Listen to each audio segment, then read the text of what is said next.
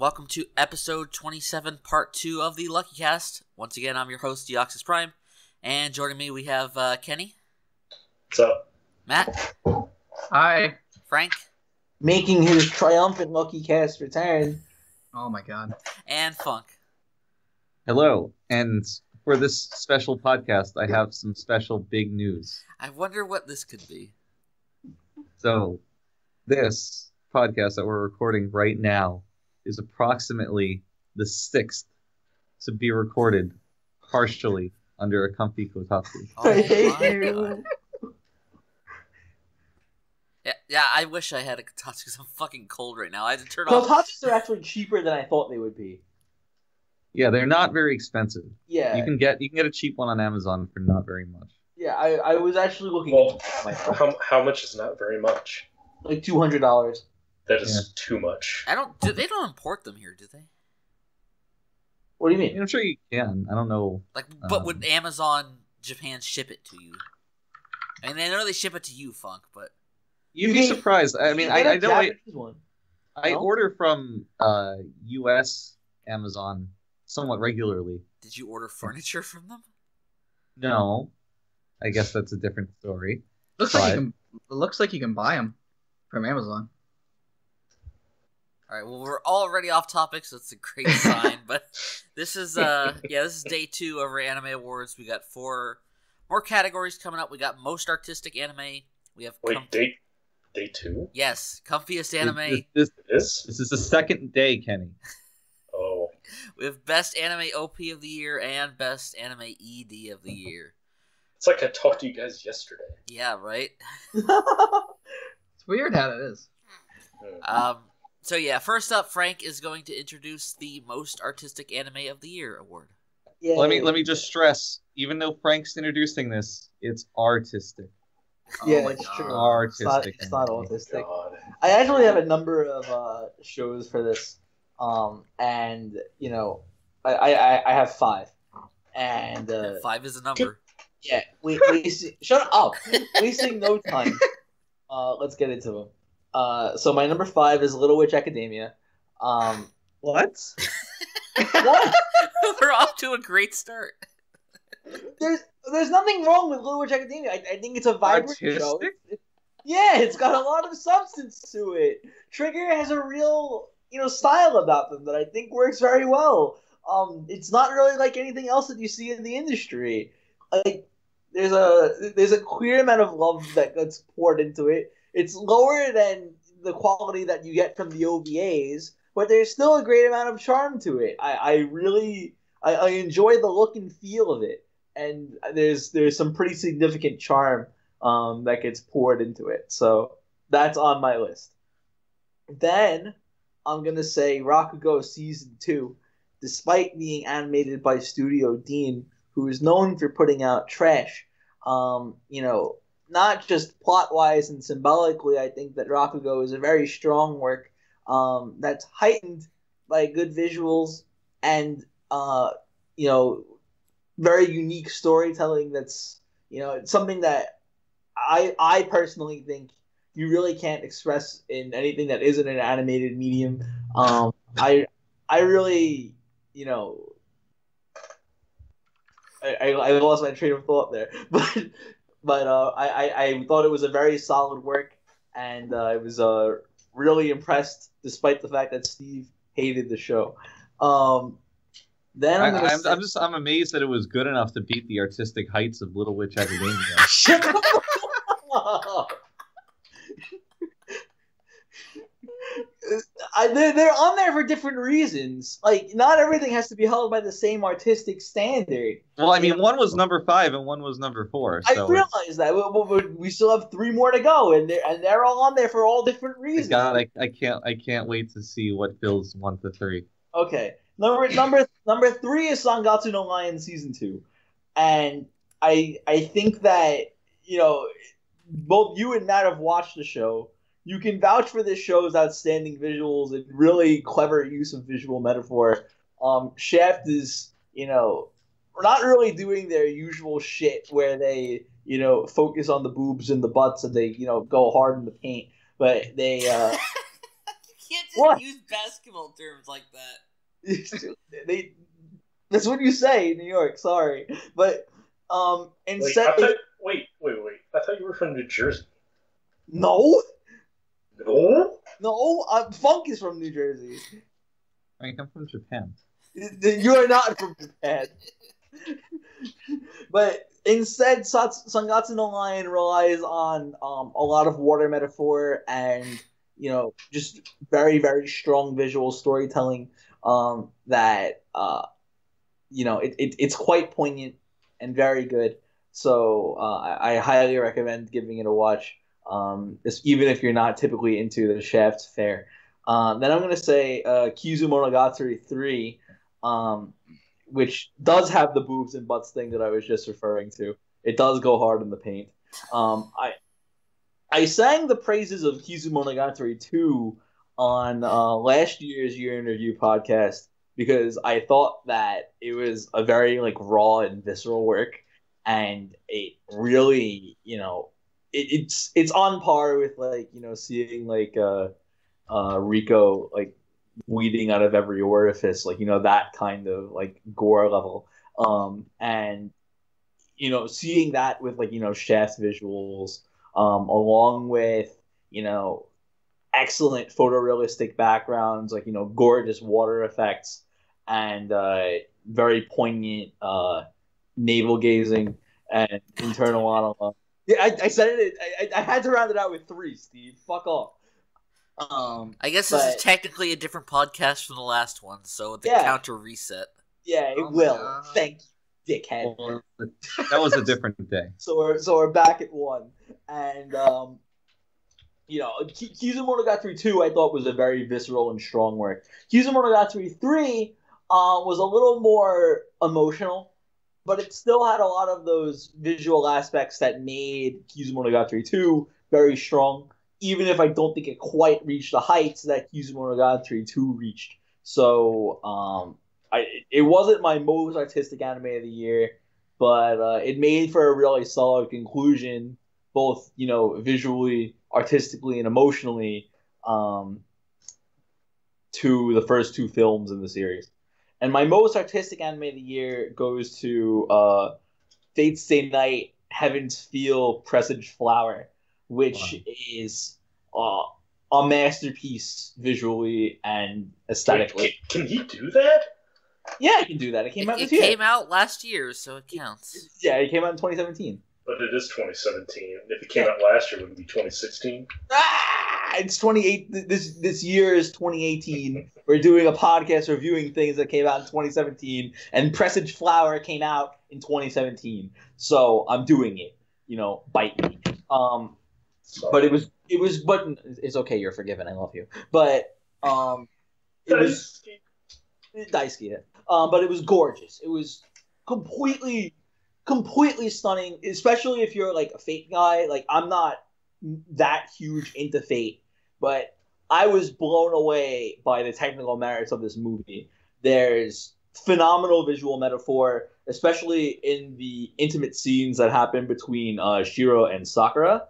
This is very much Sakura's movie, and all of the scenes with her that range from just her cooking and them just going through their daily lives together, walking to school, up to the more emotionally cathartic moments they share, such as when they they're out in the cold and they're relaxing in front of the incinerator in their shed, and she asks him, will you be able to forgive me if I become a bad person? And they have that little heart-to-heart there. The visuals really do a great job of selling that scene. The voice acting work that goes into it is phenomenal. The fight scenes are incredible.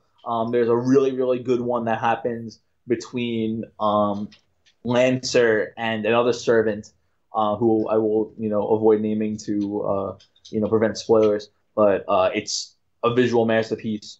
The fight that happens between Saber later and that servant is also breathtaking, and the soundtrack that they use is a technical marvel. The sound design in general in this movie is a marvel, because something about seeing it in the theater with big booming speakers around you as the that great fucking Yuki Kajira soundtrack plays is very, very strong. And it just ends on this incredible moment with the two of them out in the snow. That I don't know. It does a fantastic job of emotionally resonating with you. I can't recommend this movie enough. It's UFOtable's best work easily from what I've seen, and you owe it to yourself. Even better than UBW. Then what? UBW. Yo, it blows UBW out of the water. Wait, how do you pronounce that studio's name? UFOtable. Oh, I always pronounce it as UFO, like UFO table. Yeah, I used to call it. I used to call it UFO table, and then it was like, "What are you, a fucking idiot? It's UFOtable." It's like, okay, but I was incredibly impressed, and this is coming from someone who isn't like a huge Fate fan, but all of the moments that all the more subtle moments that you wouldn't think would have the emphasis that they should have were given what they needed to have and then some. And the visuals, the soundtrack, the Fate Zero callbacks, they all do a really great job at getting you in the right headspace. And the direction is just in a league of its own. So that's what that gets for me. And I'm going to pass this one off to Funk. Okay. So, what are we doing? Most artistic. I'm sorry. I was so thrown off by the choices that Frank had. I thought we were doing the most gay baby shows of the year. Reminder that Funk gave Academia an 8. No, I like that show. I don't think its artistic merit is its strengths. I just think that Trigger shows have this very distinct style to them that had your chance, Frank. Right. It's Funk's turn now. I said it already. I'm I just understand. reiterating. Thank you. Frank, I get it, but I had the last word, and you're wrong. I don't have that many. I have 2 runners-up and a winner. One of my runners-up is Kuzu no Honkai, mainly because I really liked the direction of the show. It looks nice, I feel, and it has a nice, very soft style, but ultimately it was the direction and the visual direction that put it over the top for me to make it on the runner-up list here. The little picture-in-picture frames that Matt just completely forgot about, I actually really enjoyed and enhanced my enjoyment of the show. They just kept more, or rather less dynamic scenes. They made them look much more visually interesting, and I really appreciated that little effort that they went into do that. So props. Second one, Shoujo Shumatsu Ryoko, which I don't think is a very fantastic looking show, but I love all the shots of landscapes and desolation that populate just the extremely slow scenes of them just traveling around chatting.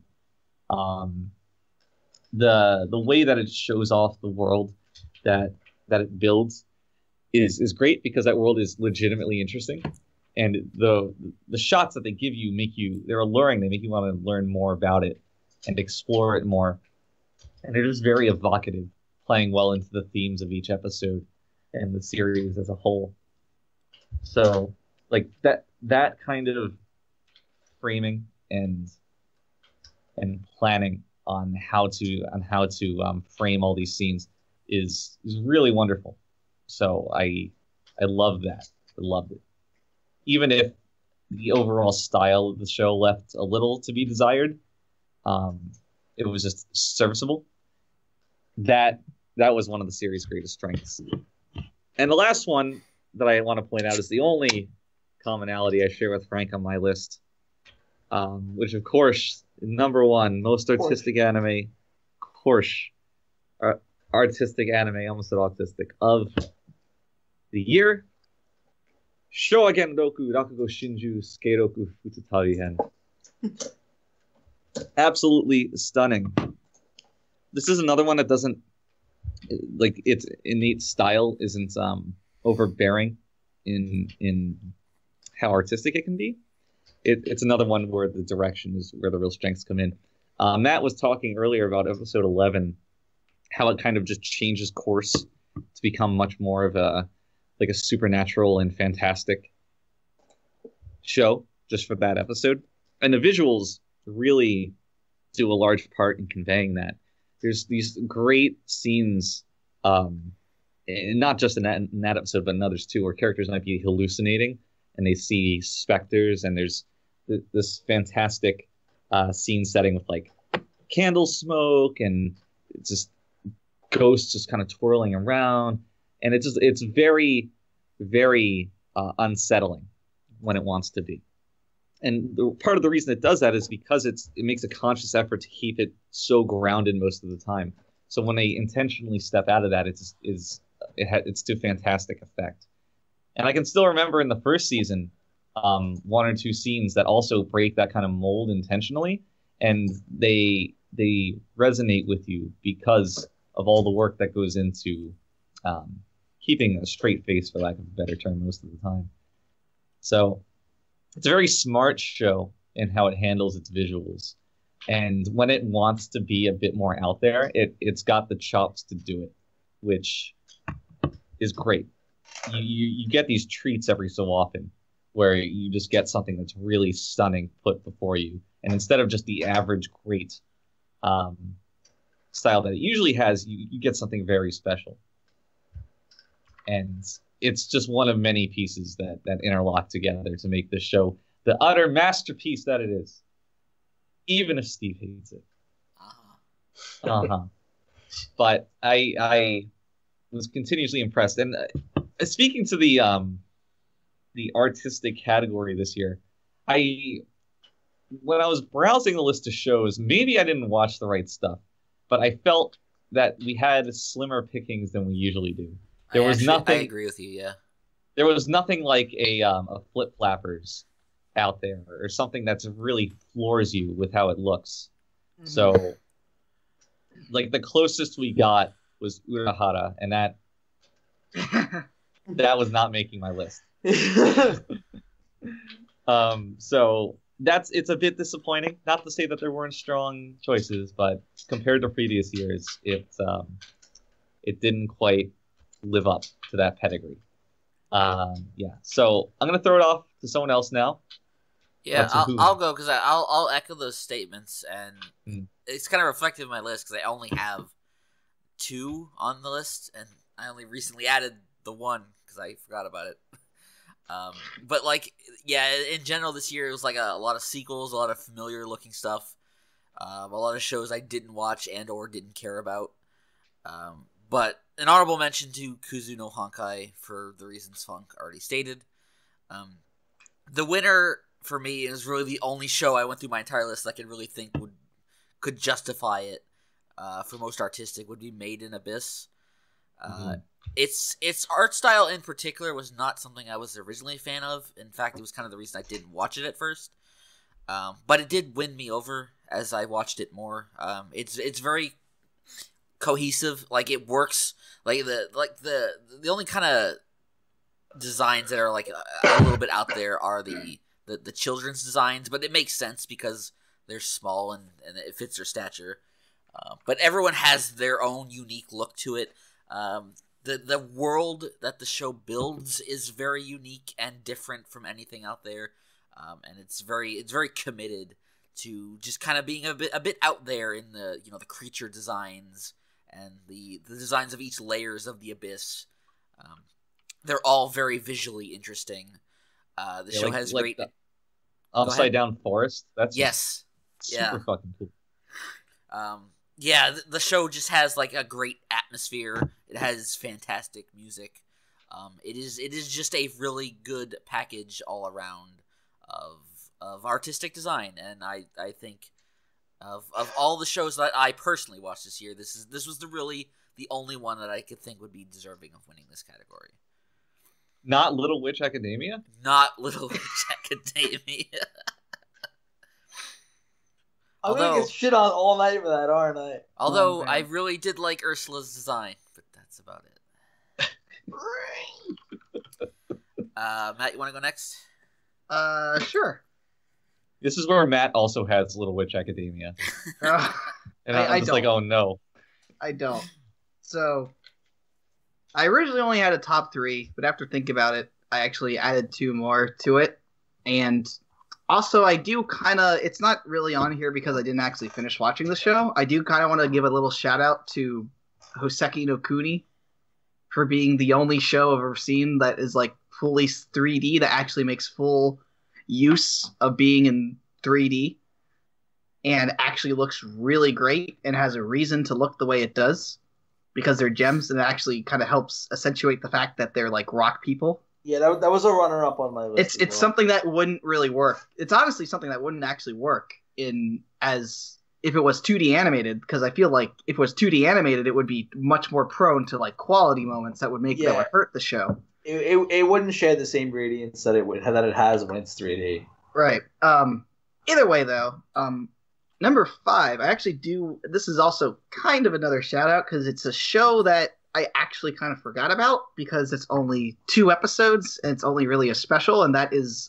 Ryu no Haisha. Which is Dragon Dentist. Dragon Dentist. That was last year. Holy shit. Yeah, that was last year, and that show artistically is actually great. Like the way, like when you hear the fact that it's called the Dragon Dentist, like the first thing I thought was like, oh god, it's gonna be like some stupid, silly, wacky action show where it's like, haha, she's a dentist and it's crazy and weird, but it's actually a very fantastical action show with a very fairy tale like atmosphere to it, with this like weird dragon. Like just the dragon's design and how it looks is very different from from what you would expect a dragon to look like. It's just very Japanesey, and it really helps the show out, and just the show in general looks great. It's directed by the guy who directed Fooly Cooly, which is very apparent by the animation and the designs and just the general. It was by the Eva guy for some reason. Huh? I thought it was by the Eva guy for some reason. He had a role in it. He was involved with it. I mean, for what it's worth, Ano, the guy who did Fooly Cooly is actually Ano's like disciple. So but yeah, it is very Evangelion in some ways, especially the part where the dragon like goes insane and basically starts just killing everybody. And like just chops off everybody's heads. But that show I feel like deserved a little bit of a shout out because it feels like a little bit of a forgotten gem. If I had remembered it, it would have been on my list. I completely forgot that aired. Was released. I did too. I thought it was 2016 actually. Number 4, Girls Last Tour. Pretty much the same reasons as Funk already said. Show looks fantastic. It's directed fantastically. The world building is excellent, and it continuously makes you want to learn more about it. Very industrial, almost like a kind of. It reminds me of a lot of kind of post-apocalyptic video games I've played, like either Fallout or Stalker or Half-Life, which remind me a lot of that. But yeah, just really artistically well done. 3, Made in Abyss, again, same reasons why everybody already said it. Great world building, fantastic use of music, fantastic designs all around. Monster design is excellent as well. Like, if you told me that like some of the monsters and like creatures and people that they encounter in this game are something like something that would be in a Souls game, I would believe you. That the one that poisons her was like one of the most legitimately terrifying designs I've seen in an anime. Oh yeah, that thing was like fucking crazy scary. Number 2, Bakugo second season. Obvious reasons. Funk already went over it. I really don't need to go over it again. And number 1, I gotta give the Sangatsu no Lion second season. Yeah, Matt. this second season is fucking phenomenal.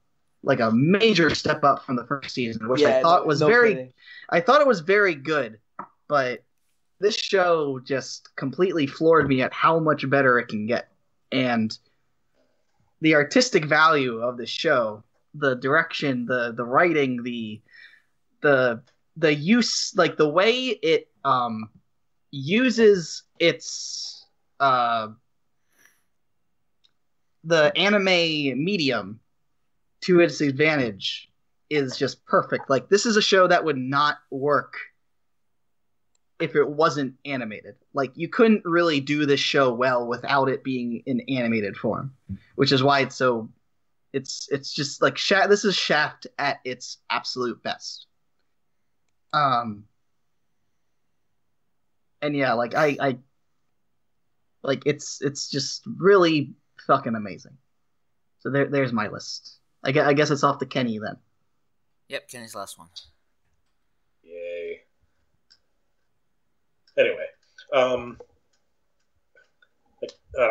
don't know about this one. I really wasn't sure what to choose, but I have to say Shoujo Shumatsu Ryoko, or I don't know if I'm pronouncing that correctly, Funk. No, but it's okay. Girls Last Tour, Shoujo Shumatsu Ryoko, same thing. Whatever.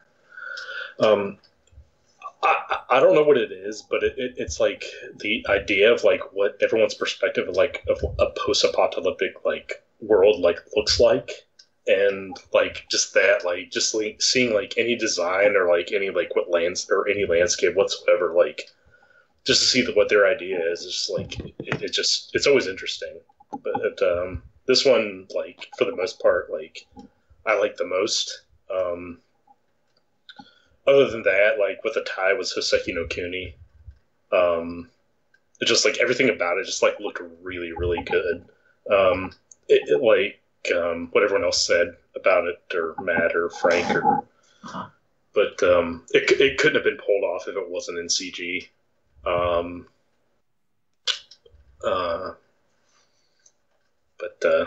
Yeah, I don't know. It's a bad category for me. I don't know. Was that your winner then? Yeah, that was my winner. Okay. All right. So that's artistic anime. Frank's gonna go next to introduce the comfiest anime of the year. And I assure you, Little Witch Academia is not here. It would have fit here better than artistic. I quit the podcast. I'm done. This is why I'm not here. All right. My triumphant return is also my grand finale. For the comfiest anime of the year, I have 3. All right. My third is Sure Children. I totally butchered. What? I was gonna say it's a good answer. What is this, Family Feud? Good answer. We make this series of jokes, I think, every 3 months on schedule on this podcast. Let's see what's on the board. No, but Serious Children is really sweet. I totally wasn't expecting to be as invested in it as I was, but as I started watching it week to week, I started to become more and more invested in the little romances. It's a really spot-on portrayal of teenagers that are kind of just fumbling around in love, with some really interesting characters, some more engaging than others. But I really enjoyed watching it from week to week, and it made my summer a lot more tolerable, because I had to spend it doing law work, and it was really rough. But Series of Children never failed to put a smile on my face every Tuesday. So second, I have Kobayashi-san Shi no Maid Dragon. For mostly the same reasons. I went into this expecting kind of something schlocky, because KyoAni these days, sometimes they put out Hibike Euphonium, and then sometimes they put out fucking Musaigen no Phantom World. Am I right? Don't bully Phantom World. All right, sorry. Sometimes they put out fucking. You lost the trial. Sometimes they put out Kyokai no Kanata. Yeah, sometimes they put out Amagi Brilliant Park. Those are ones Amagi we can Brilliant agree on. Park's good. Is it? Oh, I guess Yeah. not. Anyway. It's good. When are we gonna have the KyoAni debate podcast where we go through every one of their works? I would be down to do that, honestly. I have finally finished my KyoAni roundup. So Matt can do it. Yeah, on the Matt cast. Matt can be the moderator. Yeah, perfect. Oh my god. Anyway, so Kobayashi-san, I wasn't expecting much from it. I was expecting dumb gags and, something really stupid. But I walked out of it with found family shenanigans and something that was a lot more heartfelt than I was expecting. I was very impressed by the direction of the show. I was really floored by just how believable the relationship was between Kobayashi and Kana in particular, and just how far they had come in their little pseudo mother-daughter relationship, especially in episode 13 where she suddenly finds herself taking care of her on her own, and now she's put in the position as more or less a single mother taking care of Kana, which was very heartfelt and a little heartrending too. So I was shocked at just how accustomed I had grown to watching these characters just go about their daily lives, and it was cute. And finally, I have Mahotsukai no Yome, which is I mean, I don't know if comfy is exactly the right word for this, but I think the setting does a great job at being both fantastical and a little grounded as well. I can see that. Yeah, I mean the whole scenes where she's studying under him and making like potions and whatnot and doing magical stuff like that feels very much like almost like a fairy tale, and there's something that's almost a little nostalgic about it, watching her gather ingredients and go about errands and whatnot, and traveling to these fantastical worlds where it's like, it's like, oh, this is like, the land of the talking cats and shit. It's like, it's something that you would expect to see in like a storybook. It does kind of remind me of something that like Miyazaki would do. Yeah, very much.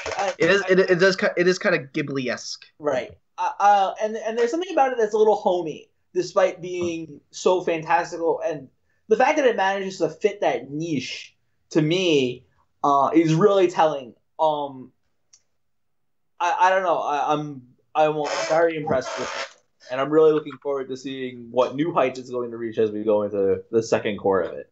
So that's it for Comfy for me, and now I'm gonna take it to Steve. All right, so I have 2 honorable mentions for Comfiest anime. I have Surizuri Children for pretty much the same reasons that Frank went with. Yeah. It was very that was another show that I was just not expecting to really get anything out of, and I really enjoyed it. It was funny, it was cute. It was almost too cute at times, but I'll take that. I'll take that any day of the week. And we also have Sakura Quest. Despite Funk's hatred of Sakura Quest, I loathe it. It could have been better, but for what it was, and I actually finished the whole thing. Wow. For as slow and as boring as it was at times, it was very comfy. I really liked the small town setting. It does make exceptional use of that. And that does kind of lead it to being about, nothing particularly insane or crazy, but just seeing these 5 girls go about trying to save this small town. As someone who has lived portions of my life in towns that small and smaller, like I can appreciate what that show is going for. And the winner for Comfiest Anime of the Year was Miss Kobayashi's Maid Dragon. Again, for a lot of the same reasons Frank said, but for me, like, especially because the show aired in winter, it was like the perfect warm blanket anime for that time of year.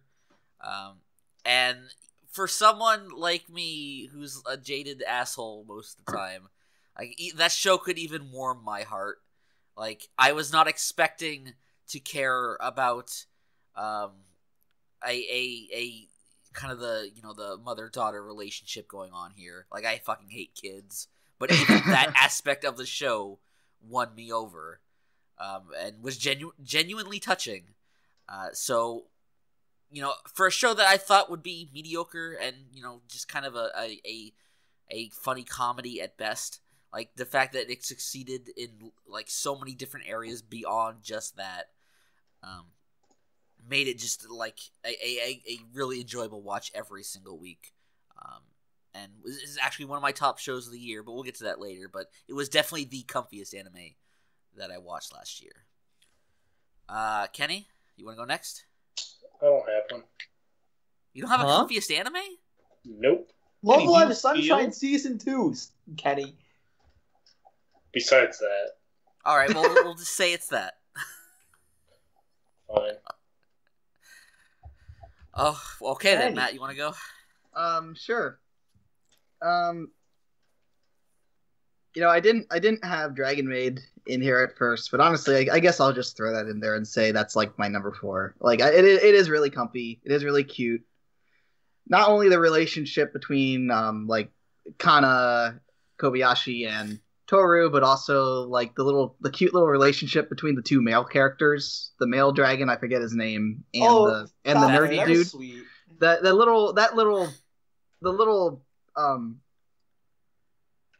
little bromance they had was great. Yeah, that cute little scene with them in the rain was really nice. Yeah. I really liked that. And how they kind of just liked spending time together and everything. That was pretty cute too. But yeah, show was really comfy and cute, and I really liked it. What I actually had listed though were Zure Children, which was, it's already been said. Excuse me, it's super cute. The romance is done really well. It's funny, and it's just kind of like a nice little, it's just like, you just feel all warm and fuzzy after watching each episode. It's adorable. Number 2, I'm actually going to give to Netju no Susume. I thought this show was super comfy. Just the MMO atmosphere and just how, like, it kind of reminded me of like when I was like maybe 12 or 13 and just playing games with friends online when like stuff like that, when like games like this were still big instead of shit like fucking MOBAs or whatever.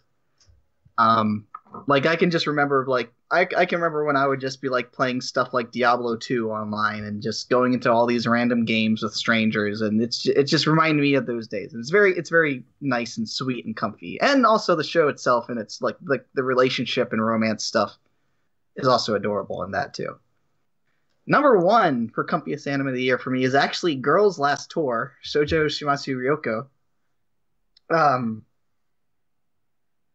Because even though this show is about like a post-apocalypse, it's actually it's not a very, like there are some moments of like genuine stress and like bad things happening and tension, but for the most part, it's a very calm show. Very little conflict happens in the show.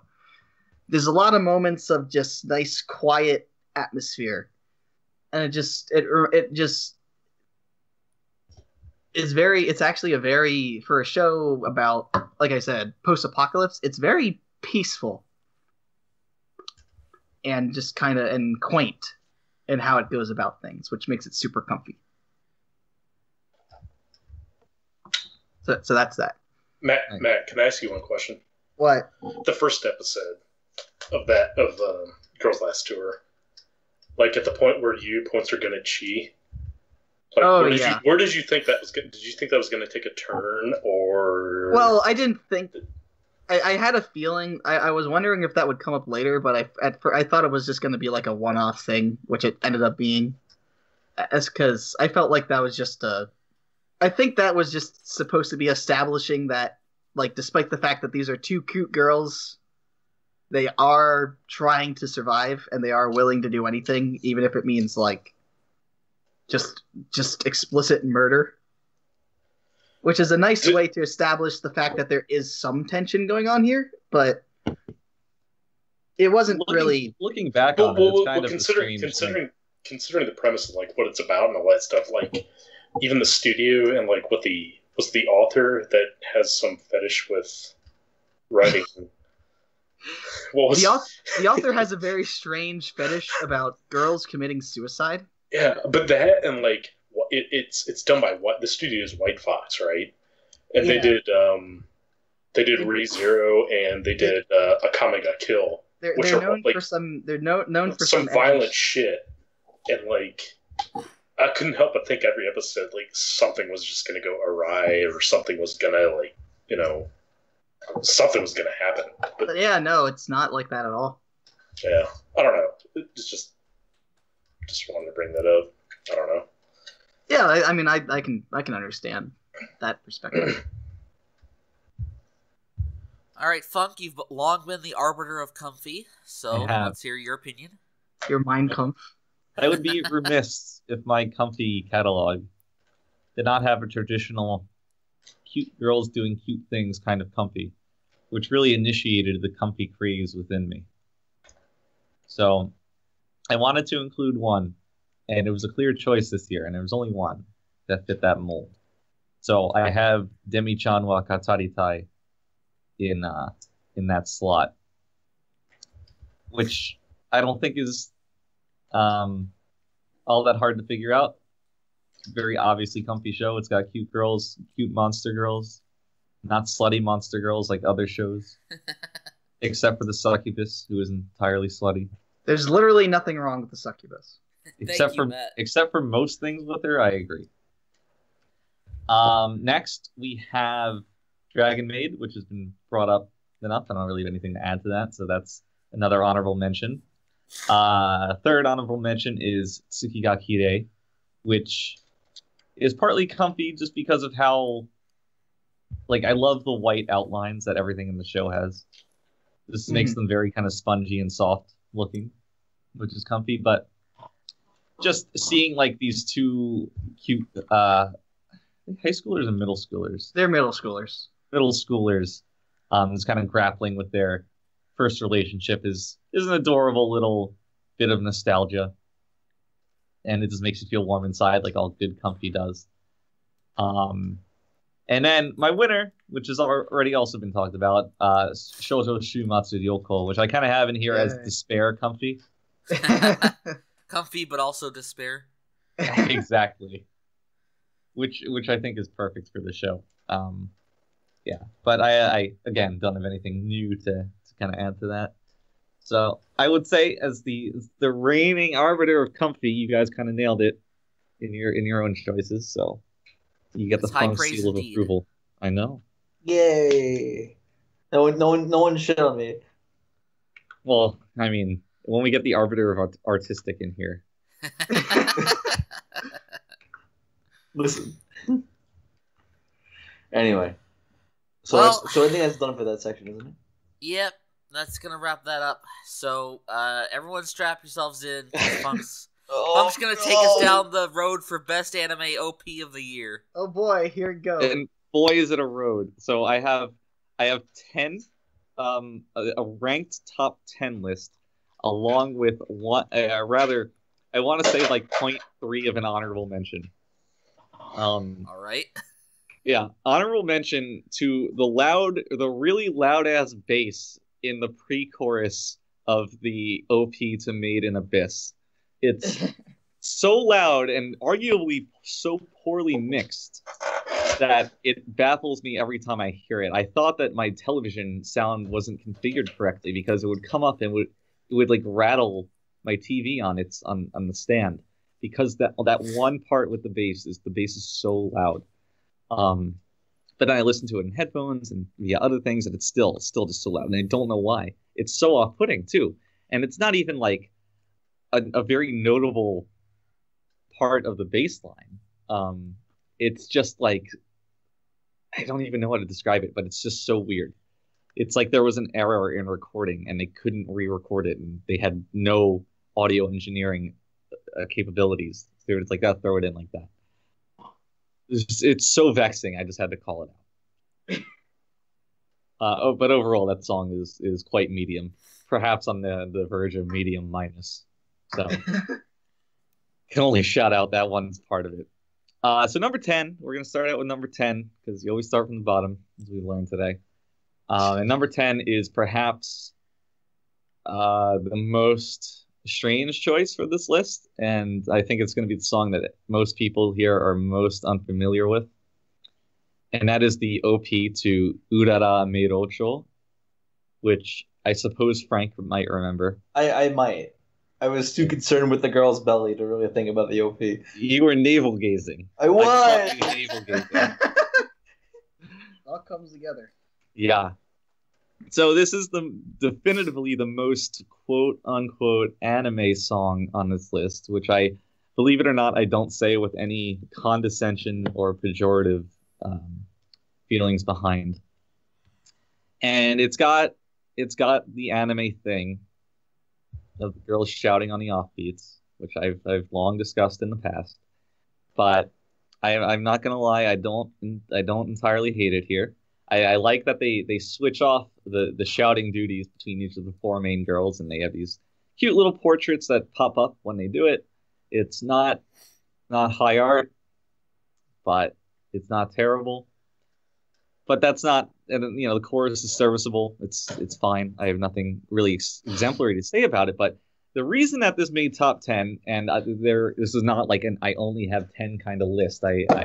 I left off songs I liked in favor of this. The reason that this made number 10 is because of this one reoccurring part. It comes up right after the intro, and it comes up right in the outro, where it's this strange kind of very rhythmic chanting melody. And the first time it comes up, it's got these really nice 16th notes rolls on the snare in sets of 3 that really punctuate it, and it sounds really, really nice.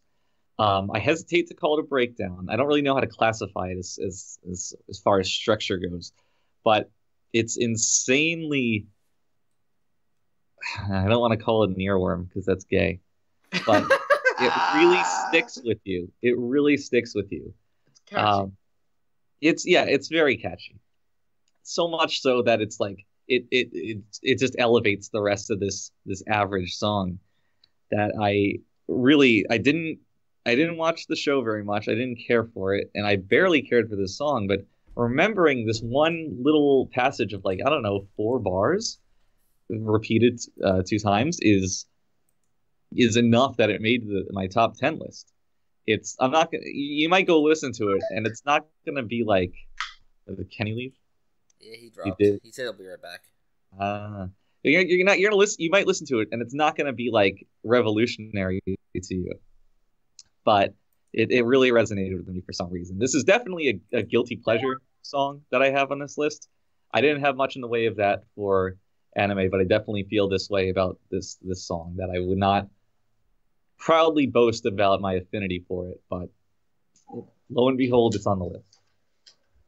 Moving on to songs that I like throughout thoroughly. Number 9 is the OP to Warau Salesman, which is this fantastic mix of kind of like lounge and hip hop that is really quite charming. It starts off with this acoustic guitar riff that persists throughout, and then this like thumping bass line comes in. It's super simple, just playing roots. Drum line is super simple. It's all about just holding down this groove while the vocalist kind of raps on top of it before singing proper in the chorus, which is fantastic. But the drum is very similar to the drum line for Superstition by Stevie Wonder. If you know that song, it's got a very iconic drum beat. This one kind of emulates that a little bit. And the groove that it establishes is so obstinate. It never breaks from it, but there's still room for the instruments to kind of play around. which is very enticing. Everything I think but the bass does a fair amount of movement, and the organ especially has some nice little standout fills. When you get to the chorus, it's very simple, but it's a very catchy line, and in fact it ends on, so like the main lyric is the title of the song, which is Don't, which is just kind of stretched out as it's sung. And at the very end of the song, it's coming up in the chorus, and everything but the vocals drops out, and you just get a lone Don't. And it just sounds super nice, and it's a very, very good way to cap it off. In addition to being something that sounds more like the results of editing rather than writing, when you hear it, you can perfectly imagine either the song ending there, or after that rest, it picking back up and going into the next verse, or that rest never existing, and they just kind of drop out all the instruments but the vocals and just let it hang, and it creating an artificial end to the song. And any of these are possible, but it's just so well done when you have so many other shows that really lack in that regard, and how they close out their OPs, because obviously they're not written to be 90 seconds. Usually twice that. So it's a song that's got a lot going for it. It's not my favorite song until number 9, but when I think about it, I just think of that acoustic guitar riff that starts out the song. It's so popping. It's so fun. It's the kind of thing that it doesn't sound very difficult to play, so you just want to pick it up, learn it real quick, and then you groove on it for like 5-10 minutes at a time, because there's just so much you can do with it. And the song has the restraint to not get lost in that stuff, but it's just a good piece of writing. And in fact, I when I was looking up this song to listen to it and make my notes, I saw a live version that they had recorded a video of. So I click on that and I listen to it. And of course, because it's fucking Japan, everything but the vocals is actually just being mimed. It's the recording. And I'm like, man, like, who do you think you're fooling? It sounds exactly the same. And then, because they have like an organ playing, and there's no one playing an organ on the stage, and it's just embarrassing. They have like the guitarist break into a solo at some point, but somebody's still playing rhythm guitar. Respect my intelligence. So I was very disappointed, because I think that this is a song that, if it were to be played live, actually played, you have so much potential for it. Like this is probably about like a 3.5-minute song. I could see 15-minute versions of the song as existing, and I wouldn't bat an eye. And songs that have that kind of jam potential, I think are a special breed. Jam potential. There's a new phrase.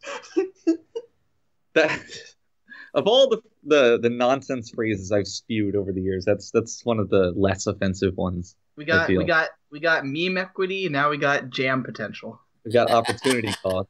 Opportunity cost. But a very solid song. The next one is a song that I was higher on a month ago, or a couple months ago, but I'm still quite high on, just less so, which is the OP to Mahotsukai no Yome, which is quite good. It opens with a kind of proclamation. It's got this chant before cutting into the title of the song, and then the instruments come in.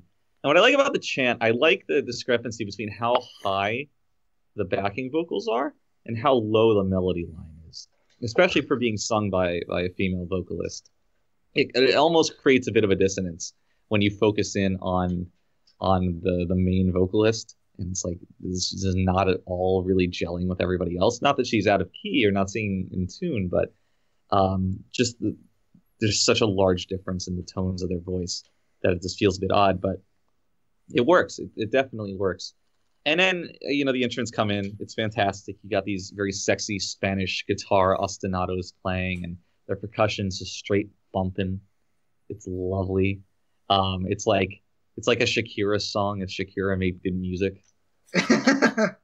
And it floats through the verse pretty fine. Obviously, the thing to write home about is the change of time in the middle of the song.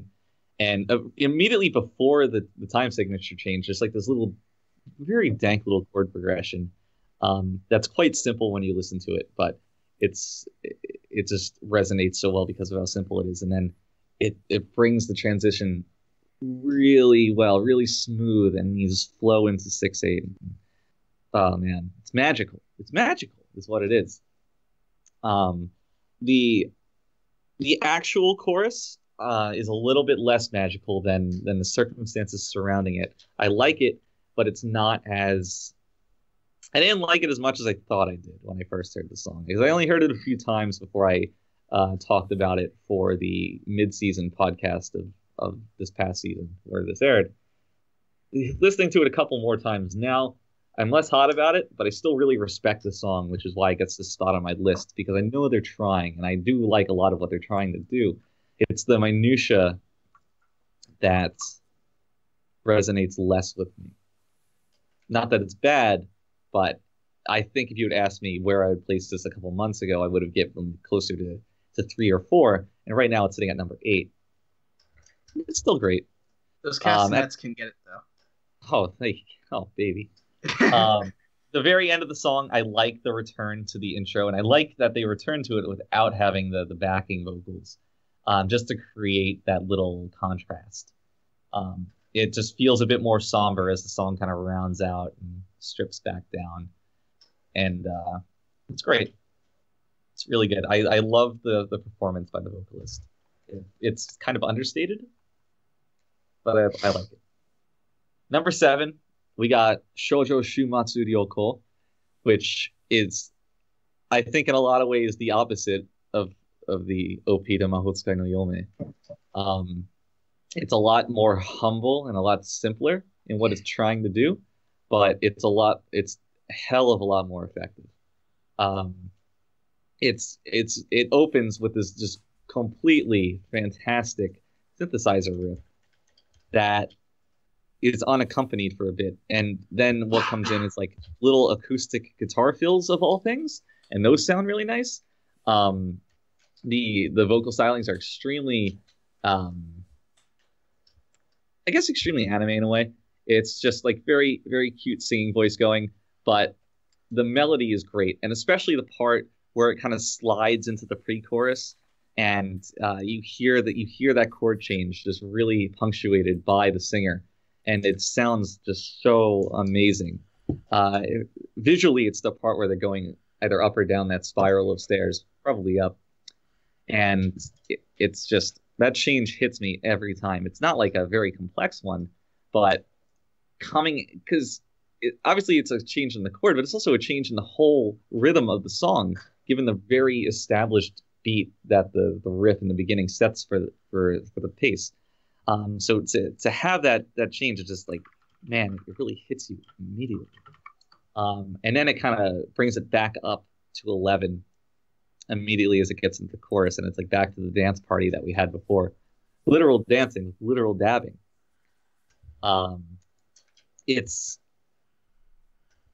really fun. It's a really fun song. I love in the chorus, there's these little fills that are done that sound like they're on a ray gun fired by an alien, like from the 50s.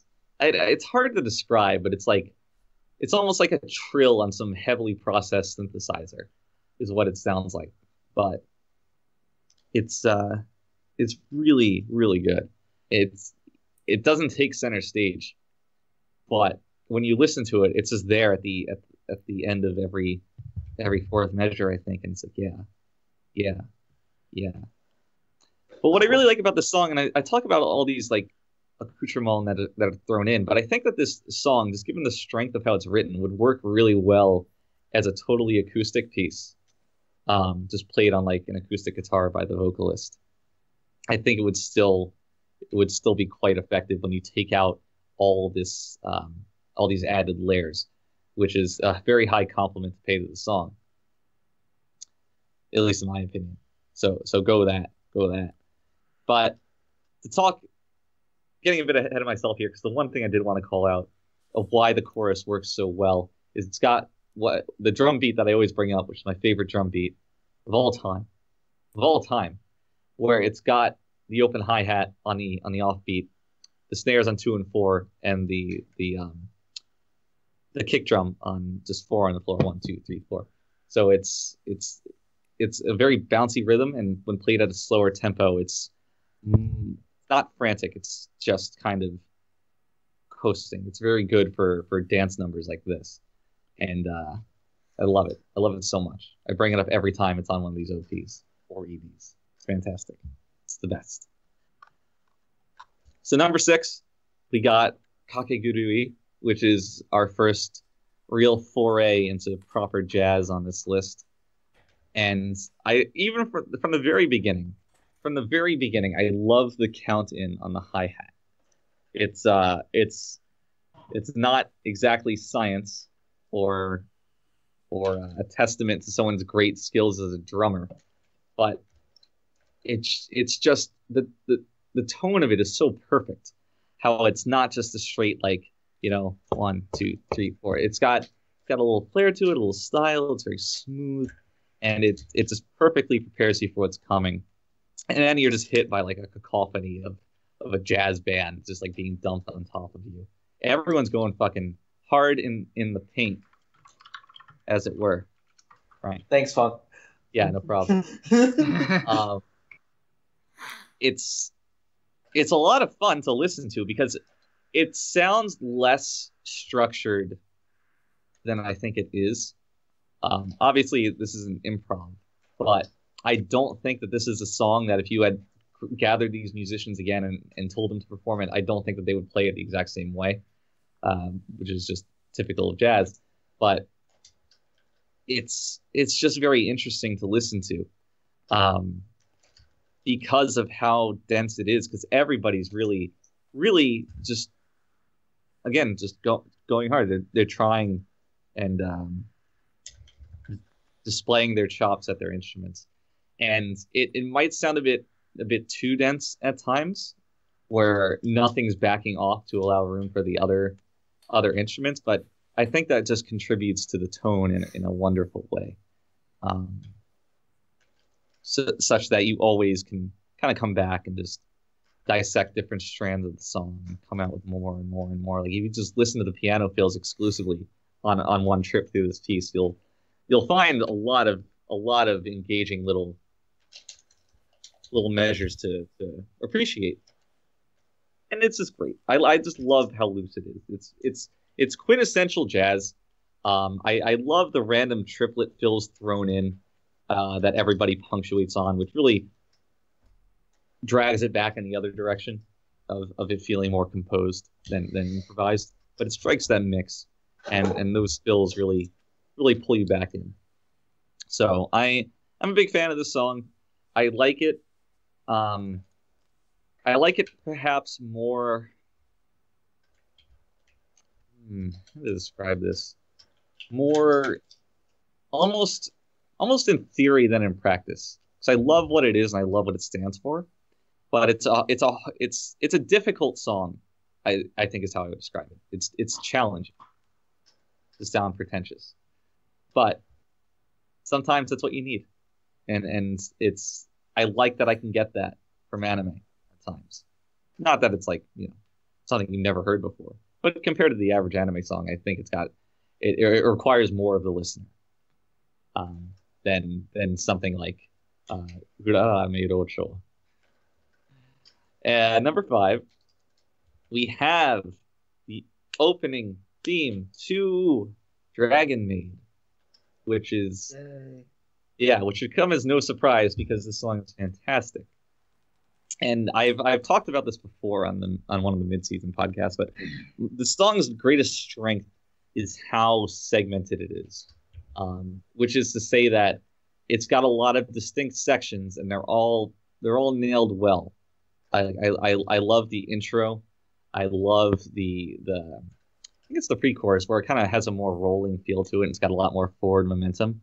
And then it goes into the chorus where it's more like a soaring kind of feeling to it. And then at the very end where it's like this kind of fiddle-laden stomp. And everything works, and more importantly, they work together. It's not they didn't hire 4 different writers and just patch it together. It's like everything works with a purpose.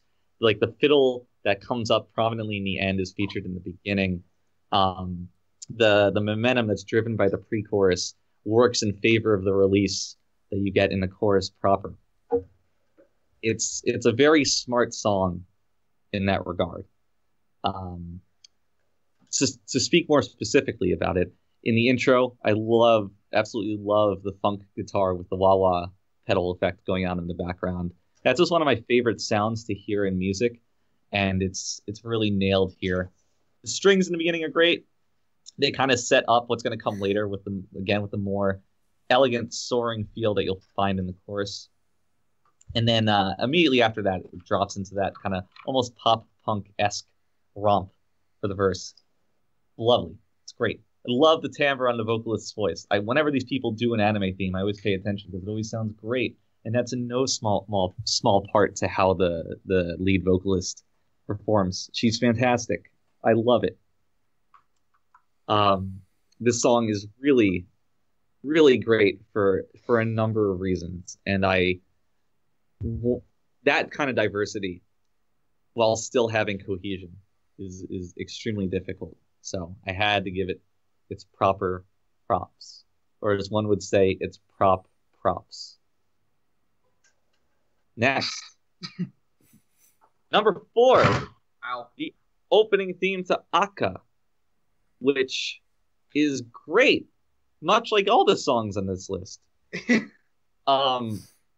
got this great little horn line that opens up the song, where it's like an interplay between the whole brass section. And I love the sound of, I don't even know exactly what kind of horn it is, but like the very bassy one that has a bit of a rumble to it. That's always just lurking below everything else. It's not as thick as like a tuba or anything, but it's definitely there at holding up the bottom weight, and it's always fantastic. But that one gets a little bit of shining presence. But moving on, it then drops into this weird hip hop rap it's like rivaling the Digimon theme. And how strange it is. I don't know what the fascination is with, because anytime I see Japanese rap although the lyrics are English, the performers are Japanese. Whenever I see Japanese rap in anime, OPs and EDs, it's always a genre blend. You never see a straight hip hop song. It's always thrown into something. And I don't know why that is. And this isn't a statement detracting from the song, and I'm just kind of mystified. But here, the genre they try to blend it with is like this how to describe it? It's like espionage tinged 60s rock song, and it's great. It works so well, which surprised me when I heard it. Damn, this is happening, baby. It's happening. The chorus that inevitably gets into is just perhaps one of the catchiest things to be listened to by anyone this year in any part of the world. I love how when it starts out, it's almost on like an extra half beat, and it's not. It's counted out fully, but it kind of just comes in so abruptly, and it almost staggers a bit. It catches you for a second, and then it gets going proper.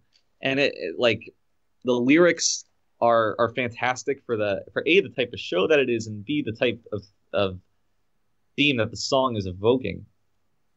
It's a complete package in a way. Before the chorus, you have these like vaguely processed effect going on for the vocals, the sung vocals, not the rap ones, and that sounds super great. It's not quite auto-tuned, but it's almost getting there, which is it might be something that could turn people off, but it really works in context here.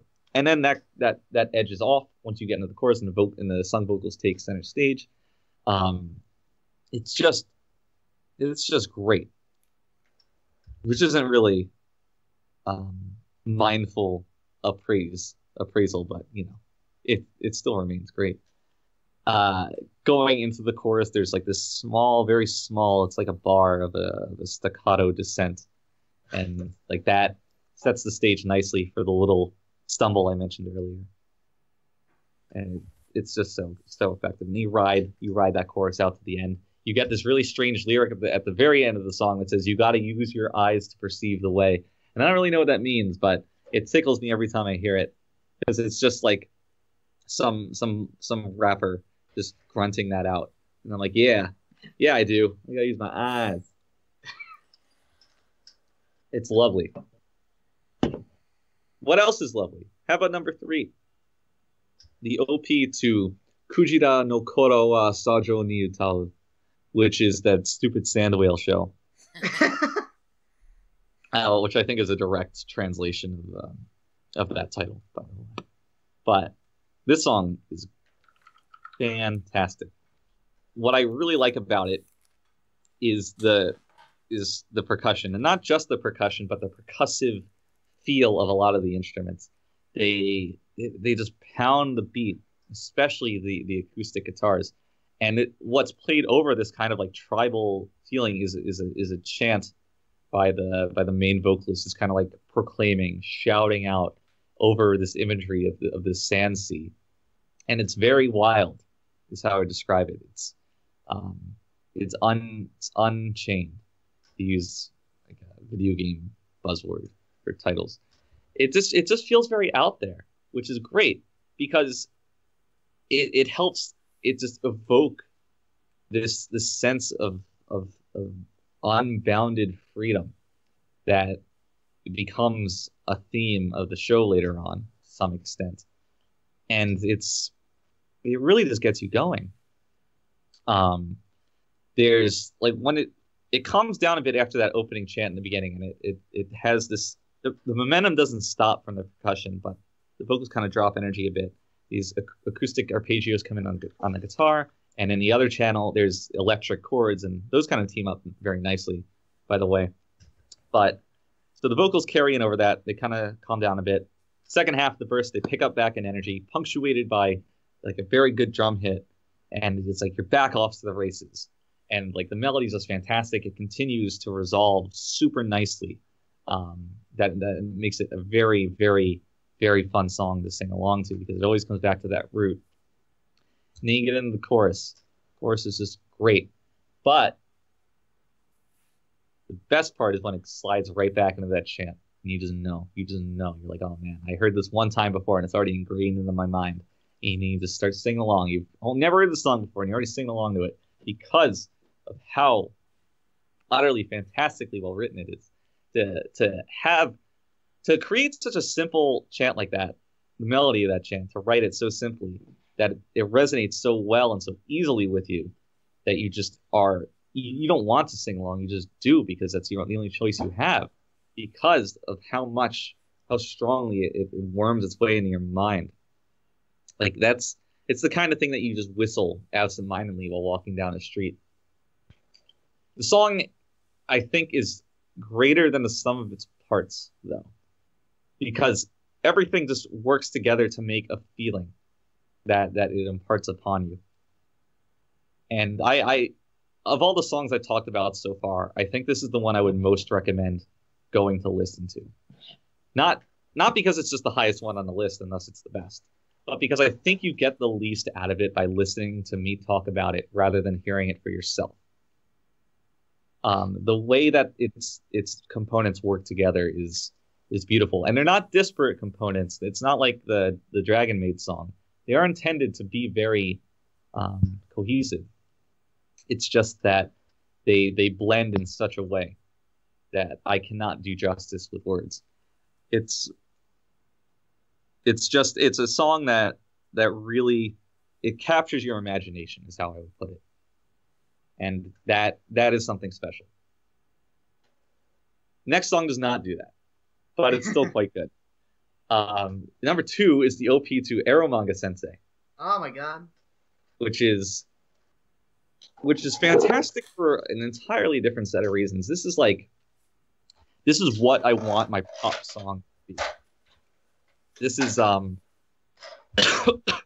it's not highbrow or anything, but it's so perfect in its goals and in its mission statement that it is just, I think that this song could be a hit if the lyrics were in English, you could release this song, and I think it would be great because it's got all the things you need for a successful, catchy pop song. Maybe like 8 years ago, it would have had its time, but it's great. So it starts off this catchy little intro, like the rhythm of it's fantastic. The melody and the vocals is perfect. Like another one you can easily sing along to. But what I love the most is when the rhythm guitar kicks in, I love the tone of it.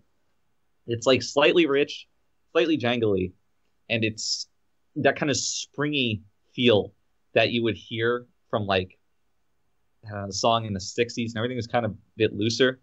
People didn't really care about fucking rhythm guitars. So it's like it's kind of halfway between two things that you would want. And but the playing of it's not loose at all. It's very tight and playing on the offbeat and just like picking you up all the time. I mean, if you key in on that, it's such a vibrant kind of tone that it's one of my personal favorites for kind of rhythm guitar. And it's not exclusive to this song, but that kind of stuff I really like. I love how in the verse the horns swell at the end of each line and then end up mirroring the vocals. That's like a fantastic little backing that it didn't need, but just drives it home all the more. And then, you know, I'll admit that the pre-chorus is my least favorite part of the song. I don't think that the slight drop in tempo and energy serves the song super well. But it is more than forgiven by the immaculate chorus, which is amazing to me. It might individually be my favorite section of the song that was released this year. It is, I can only describe it as catchy kino. I was in love with it from the moment I heard it. I would sing it, I would dance to it while running on the treadmill. It is so good. And then when people ask you what song that is, you kind of shudder a little bit and hesitate. Yeah, I just feel like, Rihanna.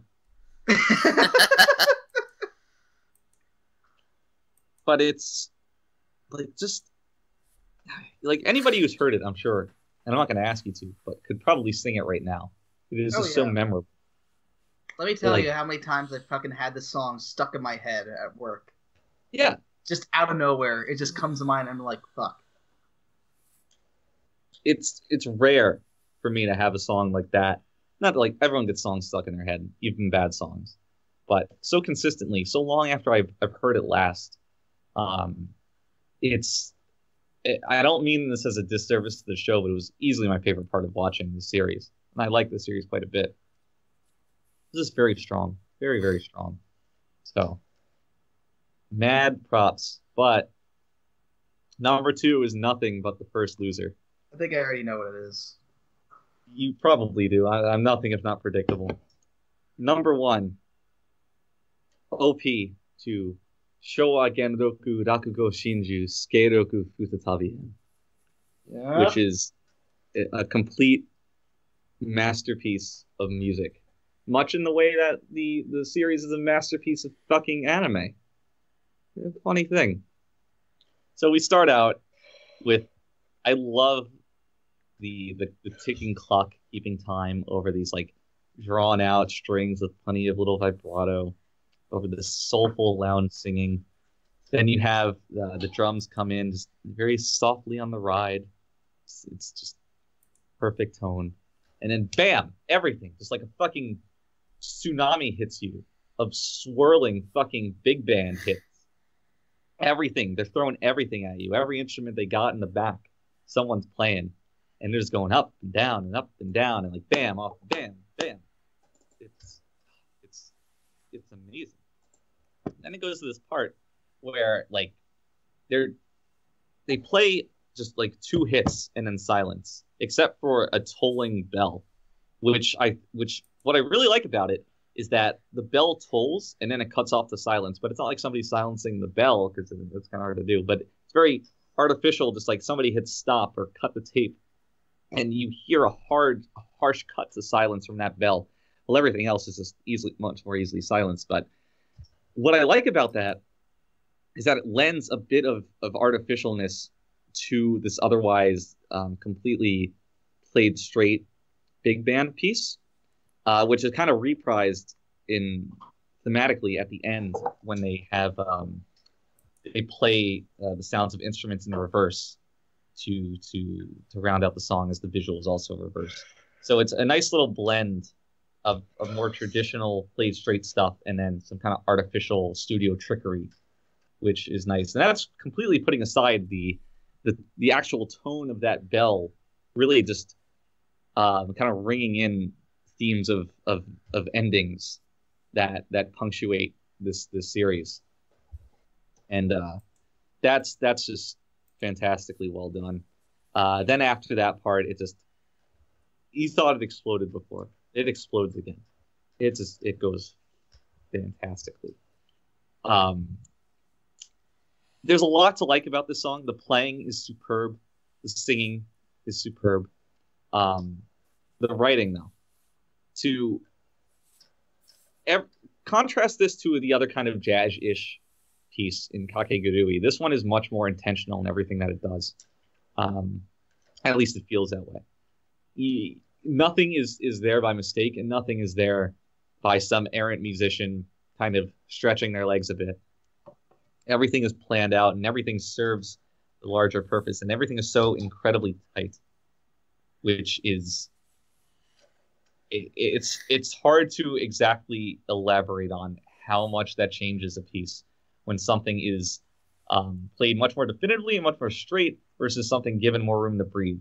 But it is such an intrinsic aspect of a given song that you could play the same piece of music two different ways and it'll sound completely different. And the what it lends to this is innumerable in how important it is. It is I can't say enough about it. And that's part of the reason I really like it, is because of how controlled it is. I keep talking about the song like exploding and going hard and, just really coming at you. What makes that work so well is by how intentional and precision strike it feels like. Because you know all the hard work that went into it, all the planning, and it's just like, wow, this is a testament to many people's talent. It's just astounding to me every time I listen to it.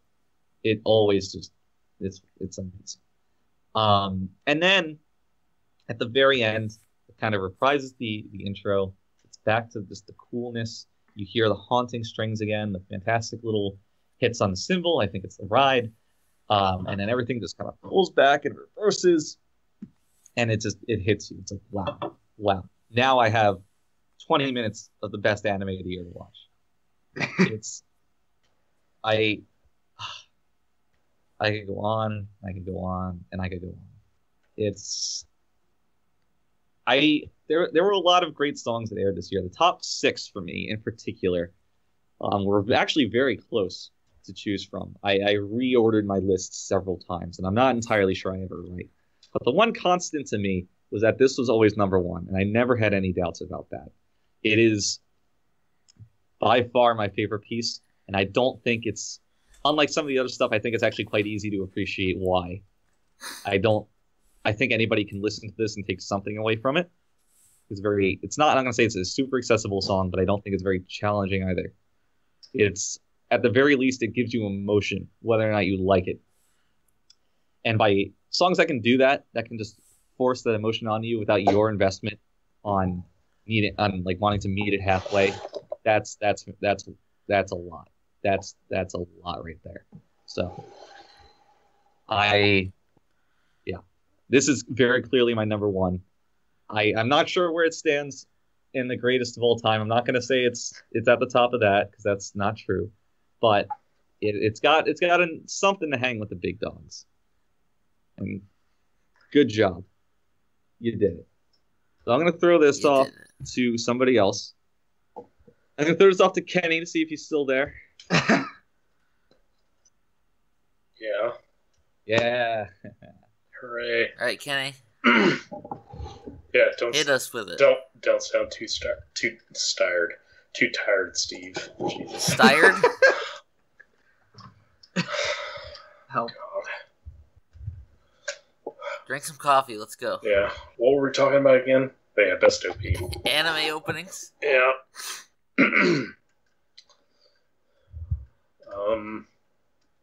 Yeah, okay. Best opening. The second opening, the Sakura Quest. No one laughed. Yeah, Was that a joke?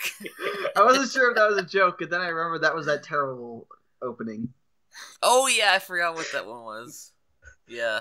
No, it wasn't. It just did not belong. I don't know. Whatever. It's actually another tie. Steve, I'm sure you'll allow it. It doesn't matter even if you disagree with me. I'm just gonna say it anyway. They're both from the same anime. Is it Love Live? No, it's not Love Live. They're both from Recreators. You fucking bitch! Wow. Why? Were you this? They're both my number one. Oh Yes. my god.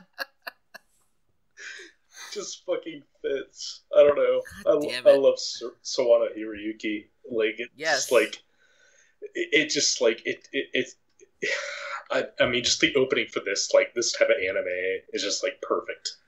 Like you just can't go wrong. Whether it's simple or complex, I don't know. I don't have enough whether fuck is bullshitting or not. I don't know. Whatever the fuck he's saying. Like I respect his input on being able to, as like some form of a musician. I don't know, but like it just works well with what it is. I just like it. If I could pick just like music that plays like throughout the soundtrack, I'd pick something else. But just the openings for both openings for this anime, for its two cores, were just I don't know. I just couldn't think of anything else to see this year. I really couldn't. I was gonna pick British Witches, but that was oh shit, that was fall last season. Yeah, you can't just pick Brave I know. everything every year. I can't. It's not Catherine. So. That's right. Never mind. At least I didn't pick Love Live. Oh That's God. true. That's kind of surprising. Frank, you're probably sitting there just ready to fucking hit me, but Well, there's nothing wrong with Love Live Sunshine's second opening. Okay. no, I'm not saying that. You know this. Just bear with me. Okay. But no, these both stood out. I know. Was it Here by the Summer podcast? I can't remember. I'm sure it was, but I said Gravity Wall, which was the first opening for I thought that was my favorite, but then I kept thinking that Shout was also my favorite after listening the full opening sequences rather than just what is air the TV size as they call it or dub it. I listened the full the full length of it, yeah, both of these I just couldn't choose. So yeah, those are my favorites. All right, well then I'll just give my top 5. Get it over with. Number 5 is Eromanga Sensei. Number 4 is Miss Kobayashi's Dragon Maid. Number 3 is Princess Principal. Number 2 is Netju no Susume. And number 1, as previously stated, is a tie between opening 1 and opening 2 of Recreators. I literally could not choose between them. Can you give me a bro fist? Yeah, bro fist. Bro. I just give number 1. I can't pick. Oh, no. So that's it. That's my list. Frank. Okay, mine is and I'll do it the same way. Okay, so I'm gonna say number 5, Aka 13. Number 4, Mahotsukai no Yome. Number 3, Boberman Yokoso, the second one. Number 2, Scum's Wish. And number 1, the first opening to Boku no Hero Academia Season 2. That's a good Oh my choice. God. Yeah, I like Peace Line. It's a really good song. Strong choice. I heard that in a ramen shop. All right, I guess it's my turn. Yep. And I actually also have a top 10. Nice. Number 10, I'm gonna have to give it to Inuyashiki. Oh my god. Even though this song is kind of dumb, I can't help but Hit love this man on the ground. it. Yeah, hit me on the ground, hit me on the ground. Just that part is great. I love that song. It's catchy as fuck. It's super catchy and great. I love it. Number 9 is a song that nobody here except for probably maybe Frank and Kenny are the only two who watched Hoseki no Kuni. I didn't watch the full show. It's a great opening. I haven't watched the whole thing, but this opening is very strange. It's very atmospheric, and it's almost like, I don't even know how to describe what genre it is. Maybe, I guess it's almost like, kind of like... Is it rockcore? No, it's almost like electronic drum and bass. It's like new age. Like yeah. Some sort of form of it. It's very weird. It starts off very atmospheric and flowing, and like it's so strange you like can't really put what the time signature is. Like, Funk, I want you to listen to this OP and tell me what the hell this time signature is supposed to be. Basically tell us what the fuck it is. What's the name of the show? Hoseki no Kuni. Hoseki no Kuni.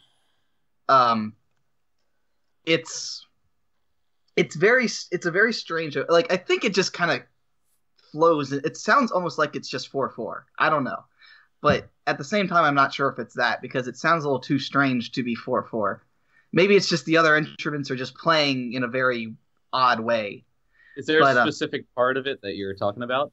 Mainly the intro, but as it goes on throughout the song, it becomes a lot more obvious that it might just be 4/4. But listening to it right now, I would say 4/4. Okay. Like there's definitely an odd rhythm to it, but you can kind of feel out the pulse. Yeah, that's kind of what I thought. It's just the way it's played is very strange, but like I really like this OP because like the piano in the background, it's just very constant throughout the whole song. It's just kind of like going like do do do do do do do do do do do do do do do do. It's like just like kind of like these scales going up and down all over the piano, and it's just very atmospheric and weird. And meanwhile, in the background, you just hear these drums going crazy. Like they're either like at some points they're like doing like an actual beat where it's like, and then like, but then there are parts where it's just like doing a very faint kind of drum roll, and then like I think like hitting a hi-hat at times. And it's just super. It's like a mix of like kind of relaxing but also intense at the same time, and it's a very weird song. It's almost like a pleb filter song, but it's just really good, and it's not like catchy. It's just it kind of sticks with you a bit.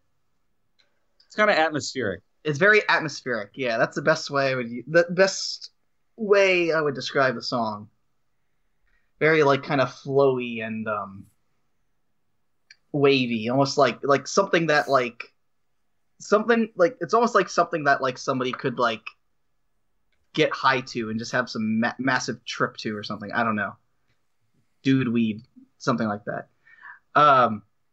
Number 8, I'm actually gonna give to the first OP for Welcome to the Ballroom. This song is fucking great. Check my toe. Check my toe. I love this band. I love Unison Square Garden. I love every time they do an OP for a show because they're just great. They make really catchy songs. They're just super energetic and awesome. Number 7. Huh? I was going to ask if you heard the OP to Kekai Sensen too. I think I heard it once because I don't remember it, but it's Unison Square Garden, so I'm sure it's great. I don't know. I don't know how to feel about it. I usually like their stuff, and I think this one might be a little bit of a misfire.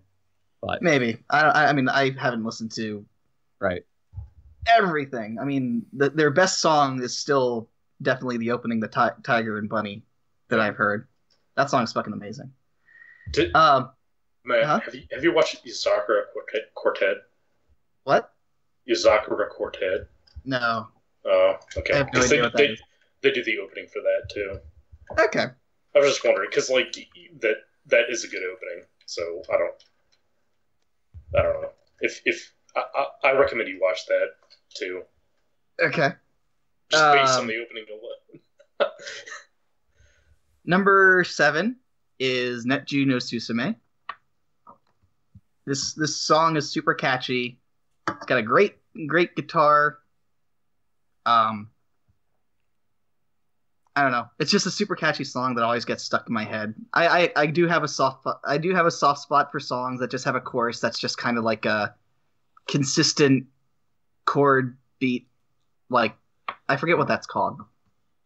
What kind of chords are those again? Where it's just like there's a name for those chords where it's just like da da da da da da da da da da da da something like that. I don't know. I don't know. You're not talking about power chords, right? Maybe power chords, something like that. Where it's just like the root and the fifth. Yeah. Yeah. I think that's what it is. I don't know. I honestly don't know, but that's what it sounds like to me. Number 6 is actually a show that nobody here watched. I haven't actually finished it. I've watched the first 6 episodes of it. It's Mahojin Guru Guru, or Magical Circle Guru Guru. The opening to this show is like, it's almost like an 80s like synth pop song, or like a new wave song. It's very catchy and super cute and fun and colorful. And it's just got this synth in the background that's like this very weird, like I said, new wavy kind of synth. It's great. It's super great. And it's super funky too. And the bass, it's got that slap bass that everybody loves. And it's I guess the best way to describe this song would be dank. It's very dank. Number 5 is Princess Principal. We've kind of already talked about this before. I know Funk says that it's manufactured hype, but I think it's legit hype. It's just super. I just can't get over how much I love the intro to the song, where it's just this mess of instruments that all just kind of collide into you into this explosion of an intro. It's great. Number 4 is Girls Last Tour. Funk already kind of got into why that song is great, but it's a great intro. Also, I just can't get over the what's it called? The moonwalking and the dab. There's just something great. Truly, those will live on in WebMs for those. That is if there's anything that everybody will remember about Girls Last Tour, it's the 2 cute anime girls dabbing. Number 3 are also songs we've already kind of talked to a pretty big extent about, but I'll just go about them pretty quickly. Number 3 is Ancient Magus's Bride, the first OP, I guess I should say. Number 2, Kobayashi's Dragon Maid. It's fucking catchy as hell. Amazing OP. Chorus is one of the best choruses I've ever heard for like an anime opening. It's just absolutely fantastic. I urge you to try to not dance to this OP a little bit, or just bob up and down to it. It's I think it's actually impossible. And number 1 is I'm gonna have to go with Funk on Rakugo, second season. This OP is fucking incredible and perfect for the show too. Just the way it just, like that part, Funk, that you mentioned where like it just explodes with these instruments at you. Like you just kind of, it's just this cacophony of sounds, and it's just like, oh my god. You got flutes going on all over the place. You have a piano that's just going all over the place. You got trumpets. You got you have no idea. It's just like this mess that just works together so well. It's amazing. And it's really just like a masterpiece of music. It's fantastic. The first time I heard it, I was just beside myself. So I had high expectations because I really liked the music from the first season. And and they just wowed me. The only problem is that, like, since the show is very adamant about just using its time efficiently and cutting out the OP and the ED when it doesn't need it, sometimes you don't get to hear it, and it's like, come on. Oh yeah, That's that is some goddamn respect. This is the one show where I'm just like, oh man, they skipped the OP. Yeah, that kind of sucks. I think also I should mention, I'm pretty sure I gave both Rakugo 1 and this show OP of the year for both years. You can't go wrong. I don't remember if I gave the first one OP of the year. I don't think that I did, but I don't. I think I gave it to Yuri on Ice. Oh, okay, yeah, that's understandable though. I've been doing that song karaoke. Let me tell you. Is that right. Everyone? Yep, I think that's everyone for OPs. So, Funk, rev it up again, because we got anime EDs now. I'm always revved up, Steve. It's my secret. Oh no. Kenny was secretly like, maybe he's not revved up. All right, so let's move along briskly here. I don't have any honorable mentions. I don't believe. I do not. So, number 10, top 10 list.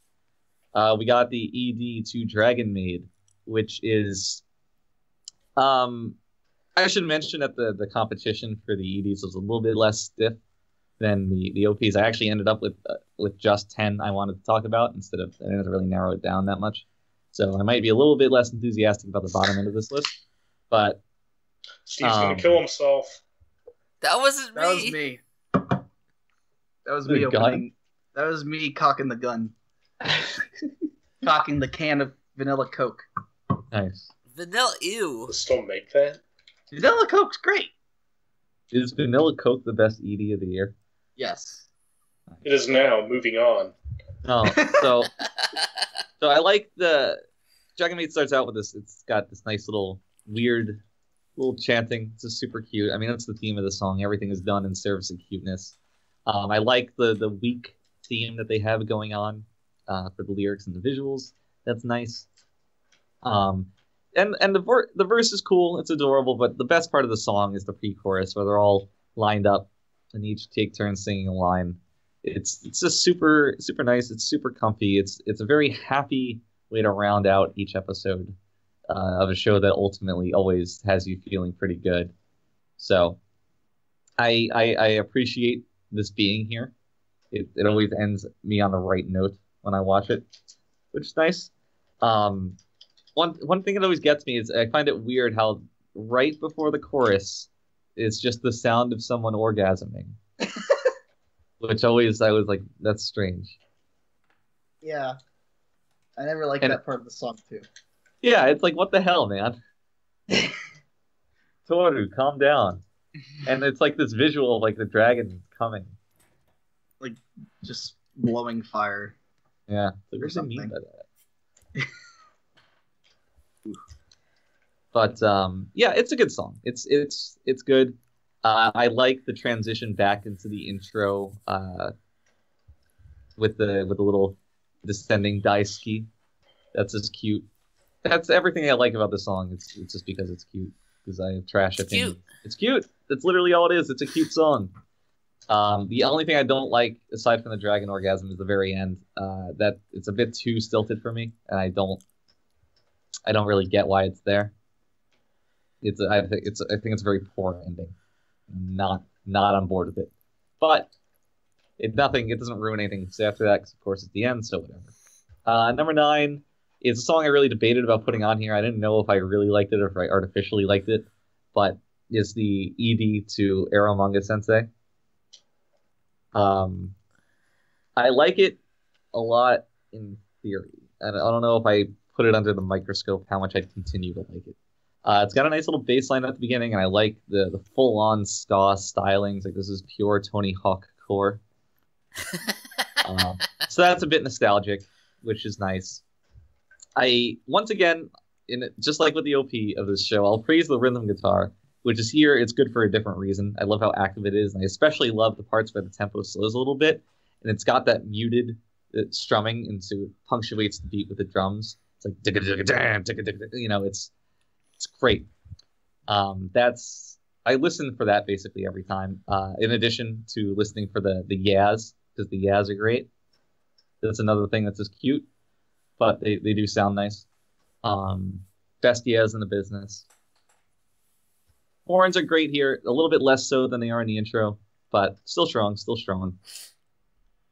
What is memorable about the song is that it's got a constant forward flow of energy, and whether you have energy or not, the show just throws it at you. It's like unrelenting, it's unyielding in how it drags you along for the ride, which is great.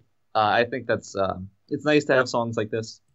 It's certainly a nice way to for a show that can be kind of comfy and not so energetic. This will kick you back into gear at the end of it. Not to say it's boring, but just the tone that it gives you. So this is a nice little bookend with the OP. How the OP kind of slowly gets you into it, show stagnates more or less, and then this is like drives it all the way back up. And I like it. Only number 9 though. It's not fantastic. Number 8, we got the Edie to Princess principle, which not to overuse the phrase X core, but this is definitely Beatles core. I think we get one every year. The previous year we had Tanaka Kun's OP. Oh man! And now we have this, which is Beatles like in a different way, but I would still describe it as having those kind of influences. I love the little piano runs that permeate the intro to the song. Just those little rolls that encapsulate the end of every measure are super nice. And those are actually reprised later on the bass, and it sounds just as nice there. Just little pops, the pops at the end of each line to get you in. It's very pleasing to the ears. Following the intro, there's like a very small kind of xylophone that plays a very small fill, and you would barely notice it. But I just wanted to say that I saw you, xylophone. I know you're there, and he actually comes back a bit in the chorus again in a not very pronounced way. So.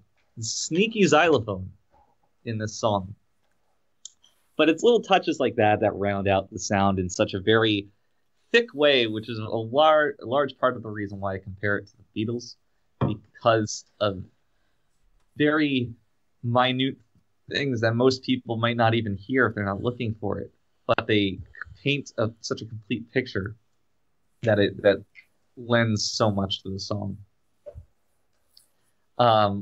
The vocals in general I would describe as acceptable, but what's great about them is the backing line that pops up in the chorus. There's 2 distinct vocal lines, and each are harmonized unto themselves. So you have just several vocal parts all layered in, and they all just work together so magically. Like when one ends, the other's still going, and then that one ends, and the other picks back up, and then they like kind of twirl in and out of each other. It's very, very fun to hear.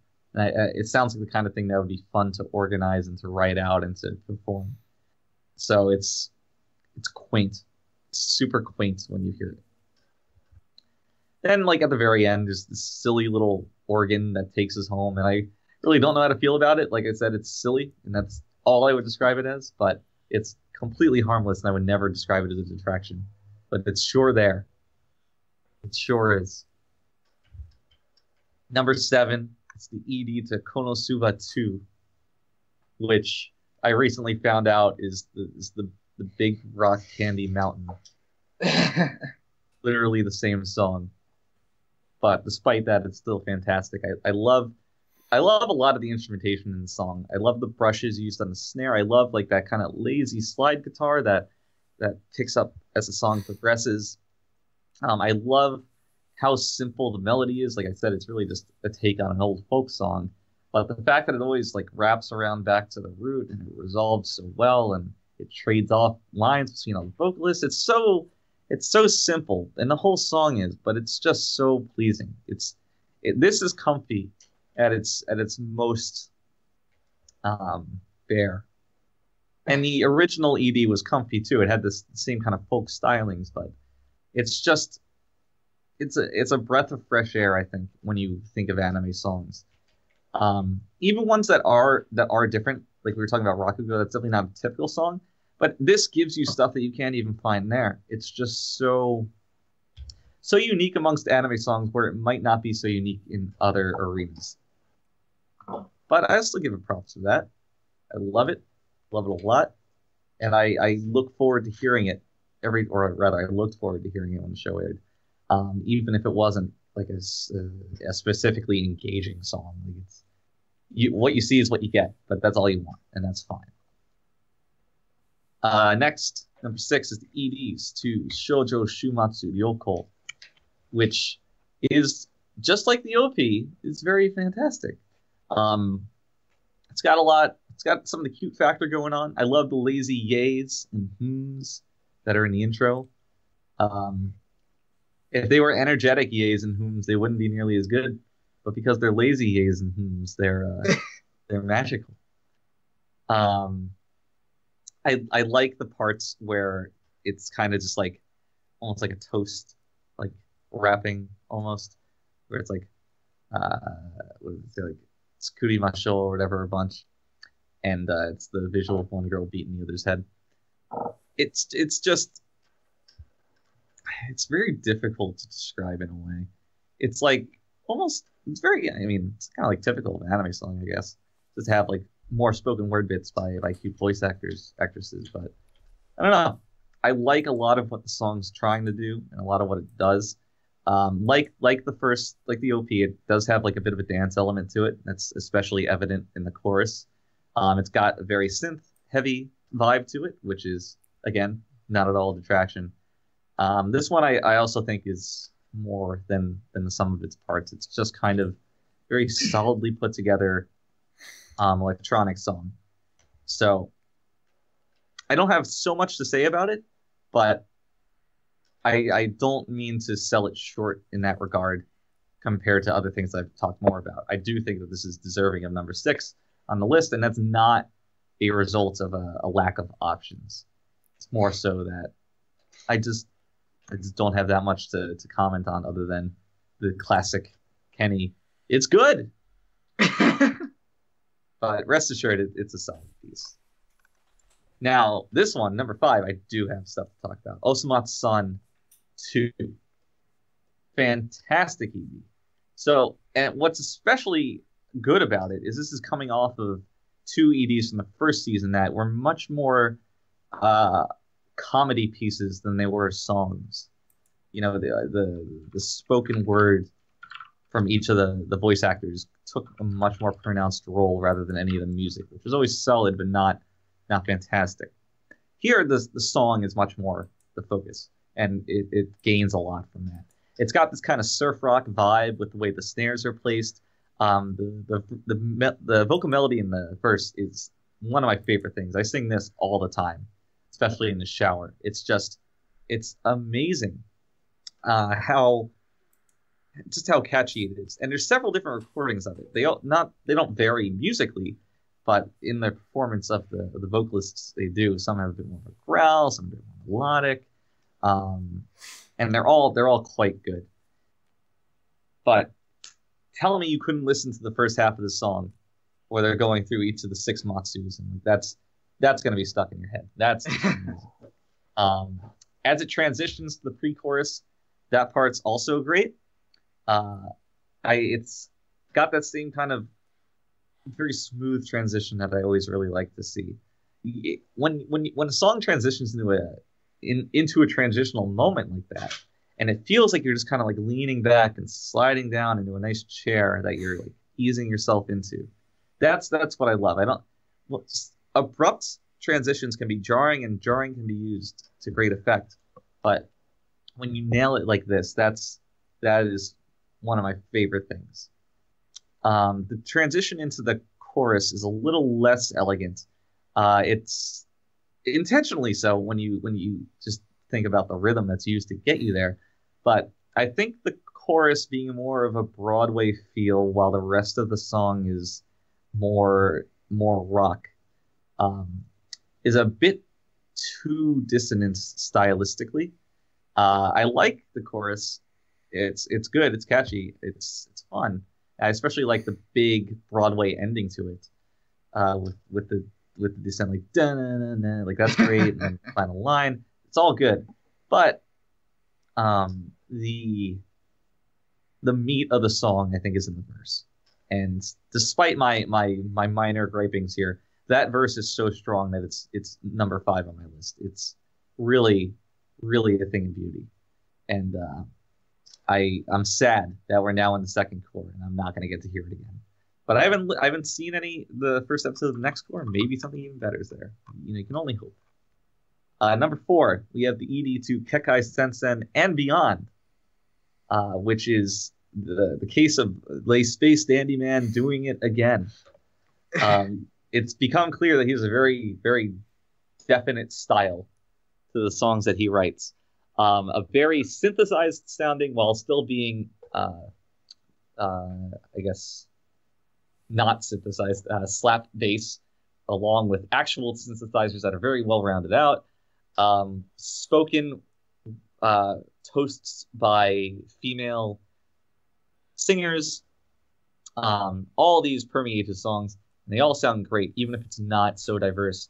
And what I really like is the timbre on his, in addition to the timbre on his bass, the timbre on his voice, because it's such a nice contrast to the female vocalist that he performs with. And it fits like the kind of sleazy nightclub tone of his songs perfectly. It's the tone of the song is perfect. I can't say that enough. Even for a show it's not like Space Dandy in that the actual tone of the show. You wouldn't expect like maybe something you hear at the club to finish your Kekai Sensen. Like the first one was a dance song, but it was more of a rock song. Whereas this takes a different direction, but it still works so well. And when you have the lineage of that first song to live up to, I think they nailed it. It's not as good, but it definitely is able to hold a candle to it. So a little bit of a worry that it might not get there was assuaged once I listened to it. It's really good. Moving on, in the interest of time, be a bit more brisk. Number 3, we have the ED to Showa Genroku Rakugo Shinju Skeiroku Futatabi Hen, which is the only instrumental song on this list, and it's definitely very unique. This is a nice little jazzy piece of quaint core. It's the visuals describe the song perfectly. It's someone's performance gear, Rakugo performers like a robe and stuff, just kind of lazily wafting and drifting on the breeze. And the way the song's written mirrors that perfectly. It's like this. It's an ultimately descending melody that like has little peaks and dips as it goes up and goes further down, up and then further down. And it's just so lazy and it's so peaceful. It's so quaint that it gives me a kind of feeling that I rarely, if ever, get from anime songs or from really music in general. It feels like the kind of piece that is played like something in a minor key, but is in fact in a major key. And it gives it just a very odd kind of feeling that is so good. Especially when you compare it to the OP, which is like this kind of frantic tale of despair and regret. And then this is like summer day, perfect, carefree, just relaxing. So it's like this oasis, I think, out there, and it's a song I'd love to hear.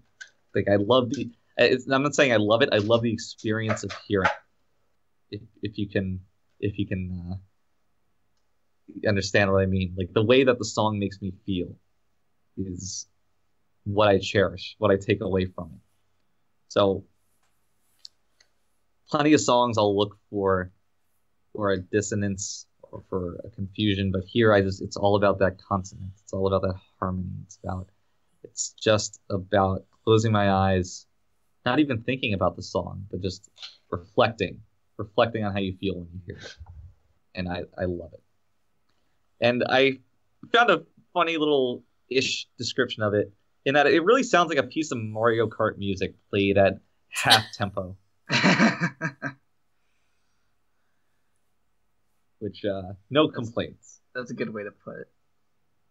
Next, we have one I might make Steve roll his eyes if he didn't already question my tastes and everything. But we have the ED to Attack on Titan Season 2. Yeah, there it is. Number 2 of the year. I spoke about this song, obviously, on I spoke about basically all these songs in the respective mid-season podcast, but I remember talking about this one because I had a lot to like about it. I really liked taking a 180 from the previous song. I just loved how dense and confusing this one was. Where the other song was like relaxing in a desert oasis, this one is like getting lost in a fucking sandstorm. Everything is just kind of indistinct and crowded by all the other elements of the song. Like, I go back and forth on whether or not I actually hear this little piano riff in the intro. Sometimes I do, and sometimes I don't. And it's like, if it's there, it would fit, but I don't know, because I'm just getting like distracted and lost by all these other things, and it would be so low in the mix. And I love that. I love it. I love it so much. I love how much the song is going on for it, but in a way that doesn't pull you away from anything else. It's just kind of serves to create an expected picture that you have where your brain could actually conjure up instrument parts that may or may not actually be there. It's a lot more than just like saying, okay, you play in this key, and you play in this key, and you play in this key, and layering it all on top of each other. It's a lot smarter than that to create something that's like this dense. And especially in mixing. Like, if that's where a triumph of the song exists, it's in mixing. To have it blend rather than distract is fantastic when you consider how much is going on. So for that reason, it's a completely impressive piece to me before you even consider the musicians involved or the writers involved. And then when you think about that too, and it gets so much higher respect from me. And then you just listen to it and you're like, you know what, just as a song, it sounds nice. It's not one of those things that's like, oh yeah, dude, it's so dissonant and confusing. It sounds like shit, but it's supposed to, so it's so good. There's actually, in my opinion, just a very serviceable, easy listening song here. It's got a bit of a shoegaze element, a bit. I'm not going to go too hard on that one, but it's there. I think my favorite part of it is just the strings that play throughout that are much more apparent at the beginning and the end because they're so constant that they almost sound like a synthesizer. Like they never take a break to take their bows off and like play a different value note. It's just constant whole notes and whole notes and whole notes and whole notes. That it gives texture to the song. And when you focus in on those, they're also just a little bit tense, which plays well with just the strange and confusing imagery that you see in the actual visuals of the ED. So I kind of in love with this song, but it's not the best. Do you know what I'm going to choose for this one too, Matt? For best ED of the year? Yeah. You're right on Guilty. I maybe, because it's the only thing I can think of that you haven't mentioned yet. Okay. Well, my favorite ED of the year is I should say now, because I forgot to distinguish this before, but it's the first ED, the Mahotsukai no Yome. Yep. Which is just a triumph, I think. I was talking a lot about the way that the ED to Rakugo makes me feel. The feeling I get from the swelling chorus in this song is undescribable. Like, I can't give you some kind of cheesy metaphor to impart it on you. It's just it's so unique. It's in a league of its own. When I hear like that popping organ and like all these like strange English folk instruments come out and the mandolins and the flutes and all that, and it all picks up with that high pitched chorus going. It's like, I just like close my eyes and just let it wash over me. It's amazing. It really is. I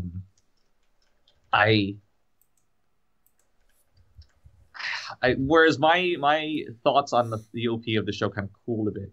My thoughts on the ED only intensified in since the last time I heard it. I was like, wow. I was stunned. I was really stunned. It's such an amazing piece of music. Like I said, the instrumentation is chosen beautifully. It gives the song it sounds a bit like a lullaby, but it's also kind of haunting, which plays well with when you think of the folklore of Europe and England and stuff, and how everything's kind of childlike and alluring, but they all have these dangerous sides to them because they are designed to teach children lessons, like don't fuck around in the woods or whatever. So children just fucking die. It just plays so well, and there's a lot to get from it, not on a music analysis level, but emotionally. And you can dive in and dissect the music, and you'll have fun. It's worth it. But man, when you just that's really the best music, when it just gives you that intense emotional reaction, no matter what it is. And that's what I love, and that's why this one's number one. So I'm gonna kick it off this time to Steve. Oh my god. All right. Same as OPs. I just have a top 5 list, and I'll go through it right now. Number 5 is the ED Damase Mune-kun no Revenge. Number 4 is Kake Garui's ED. Number 3 is Himoto Umaru-chan R. Yeah. It's a good ED. I like that ED too. It's fucking good. I like the part where I like the chorus. It's really good. I can't get over that fucking Edgar Winter synth riff. You know what I'm talking about. I don't. I honestly don't. Well, whatever. There's this one part where it's right after the intro. It just kicks in this synthesizer riff before the verse. It's I don't really remember how it goes, but it's just so cheesy. I'll take your word for it. Please. Oh, I know what you're talking about. The part is like do do do do do do do. Yeah. That's great. Yeah. It's great. It's great. It's cute. It's great. It's a cute. Number 2 is the first ED to Boku no Hero Academia Season 2. And the winner is Arrow Manga Sensei. I like it because it's the kind of song I would have expected to hear in the Digimon the movie soundtrack. Is that our second Digimon reference of the night? Probably. Well, unless the first one was in part 1, in which case I was yesterday. Oof. Yeah. It was good. I liked it. It was fun. She has a cute dance. I can respect that choice. But man, that t-shirt is dangerously close. It is. But it also does a really cool thing where she slowly gets into the song as it goes on. It's very cute. Yeah, and then when she's doing the yes, that's nice. Yeah. But it's always strange how they do it for the first yeah, but not the second yeah, and then the third yeah, but not the fourth yeah. I mean, that'd be a bit too excessive. Yeah. Yeah. Yeah. Frank, hit us. All right, I'll give you the hits. All right. Number 5, Mahotsukai no Yome. Number 4, Owari Monogatari Season 2. Number 3, I haven't seen this movie, but I watched the PV that they put up for the ED, and it's really, really good. Uchiage Hanabi is a great song. What? It's a great song. Shut up. Listen to it. It's good. Listen to me. Number 2, Kekai Sensen and Beyond. And number 1, Fate's Day Night, Heaven's Feel, Presage Flower.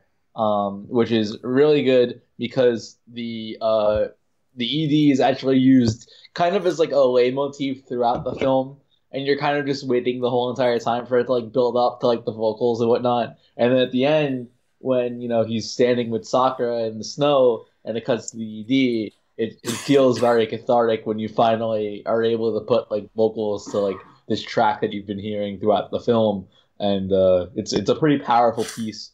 And I don't know, it resonated with me pretty well. So that's that. Who am I passing this off to? This bad boy, Matt. Okay. I'm just gonna go through this quickly, except for the ones that we didn't really talk about much. 10 is Dragon Maid. 9 is Princess Principal. 8 is the first one we didn't really mention yet, which is the first ED for Welcome to the Ballroom. So this is the one where like it starts off like a waltz, or no, it doesn't start off like a waltz. It's actually like it kind of reminds me of like a reverse of the opening for Yuri on Ice, because with Yuri on Ice it like starts off 3/4 and then goes into like a 6/8 kind of thing. This show, on the other hand, this ED, it starts off in like 6/8 as like a nice little kind of almost jazzy kind of thing with like the ride going on, and it's just very pleasant sounding kind of strings, and then it shifts for the chorus into 3/4 into like more of a waltz, and it's just super catchy and very nice, and especially going along with the animation on screen of him just doing the box. It's just a great ED, and really, and I just super catchy. I love how I also love the way it ends, because like it's very like the chorus is very like kind of like a flourish of sound and like super kind of like very active and everything. But then how it ends is like it kind of has a nice ending where it's just like just goes like do do do do do, like almost like a staccato kind of thing, and it's great. It's just a nice little quick end that's perfect. 7, Konosuba, second season, super comfy. Megumin singing is always cute. Darkness singing, it makes me fucking want to find that voice actor and just be with her. Jesus Christ. She's amazing. Oh my god. That voice is just something else. Number 6, I actually really, really like the ED to Netjuno Susume. It's just super catchy. It's a nice little rock song. I like the part where she's spinning around and the singer is saying like roo roo roo roo roo roo or whatever it is. I think that was a stroke. I don't know if you ever noticed too with that ED, but the timing of the actual credits is synced with her motions and like what she's doing. Oh my god! Like she'll scroll on her mouse and the credits will scroll. Oh, that's pretty nice. I also like the quick little guitar solo at the end too. It's just a nice little rock ending. Number 5, Osamatsu-san, second season, first ED. It's great. Number 4, Hotsukai no Yome. Number 3, Rakugo, second season. At the lack of a better word, this is like true elevator music kino. I love this kind of music. It's just this nice, comfy. It's like the kind of music where like you go into like a hotel lobby and it's just the music that's like playing over the radio. It's just this nice. You would be intimately familiar with that. I am very familiar with that. It's just very comfy, very nice little song. That's a great way to end an episode of, especially when they end with absolute despair, like the show often does. And number 2 and number 1 are actually from the same show. Number 2 is the main ED for Girls Last Tour. Number 1 is the ED for both episodes 5 and 12, which is like the Rain song ED. And this song is fucking amazing. It's the only ED on this list that I've listened to multiple times. Like I've listened to the full version of the song multiple times. It's just great. I just really love this ED. It's so goddamn catchy. And I love the fact that they ended the show with that ED2, because it's just the perfect way to end that kind of show. It's great. Nice. All right, Kenny, you're last up. Okay. I'll keep this short and sweet. It's Love Live Season 2 ED. Yuki wa doko ni kimi no une by Aqua. Can't believe they used the word Mune in a Love Live song. Oh I don't my want to talk. God. I don't want to talk about Hanamaru's Mune, even though I think about it all the time. Okay. What do you mean by this? Oof. What did he mean by this? Translator's note. Oh, was that Mune the only means song, pussy. Kenny? Yeah, it was the old Mune does not mean pussy. I know. Well, we went through a lot of great songs there, but I mean, let's be real. The true ED of the year was from Super Mario. Oh, Odyssey. yeah, obviously. Wow. I was waiting for hours to say that. It's only disqualified on a technicality of it not being anime. Now, when you say ED, do you mean the song that plays in the moon or the One Up Girl? Well, the moon one, because that's the ending of the The game. Moon one. But One Up Girl plays in the credits. No, it doesn't. It does, doesn't it? The credits play the Cascade Kingdom song. Oh, well, never mind then. Man. What? One Up Girl. You fucked One up. Up Girl plays. I know it plays in the festival. Yeah, plays at the festival. I don't think the actual full version of it is in the game. Well, the original version that they showed in like the E3 video isn't. It's actually like a remix version that's in the actual game. Yeah, they released that like as a single, but it's not actually in the Right. game. It's a remix version, which is actually kind of better.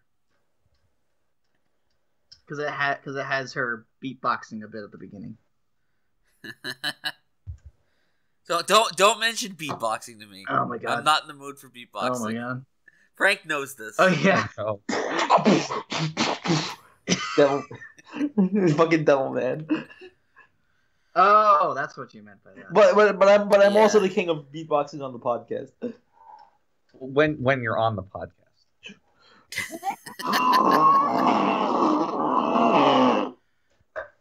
All right, so that's gonna wrap up day 2. A good time was had by all. Especially Kenny.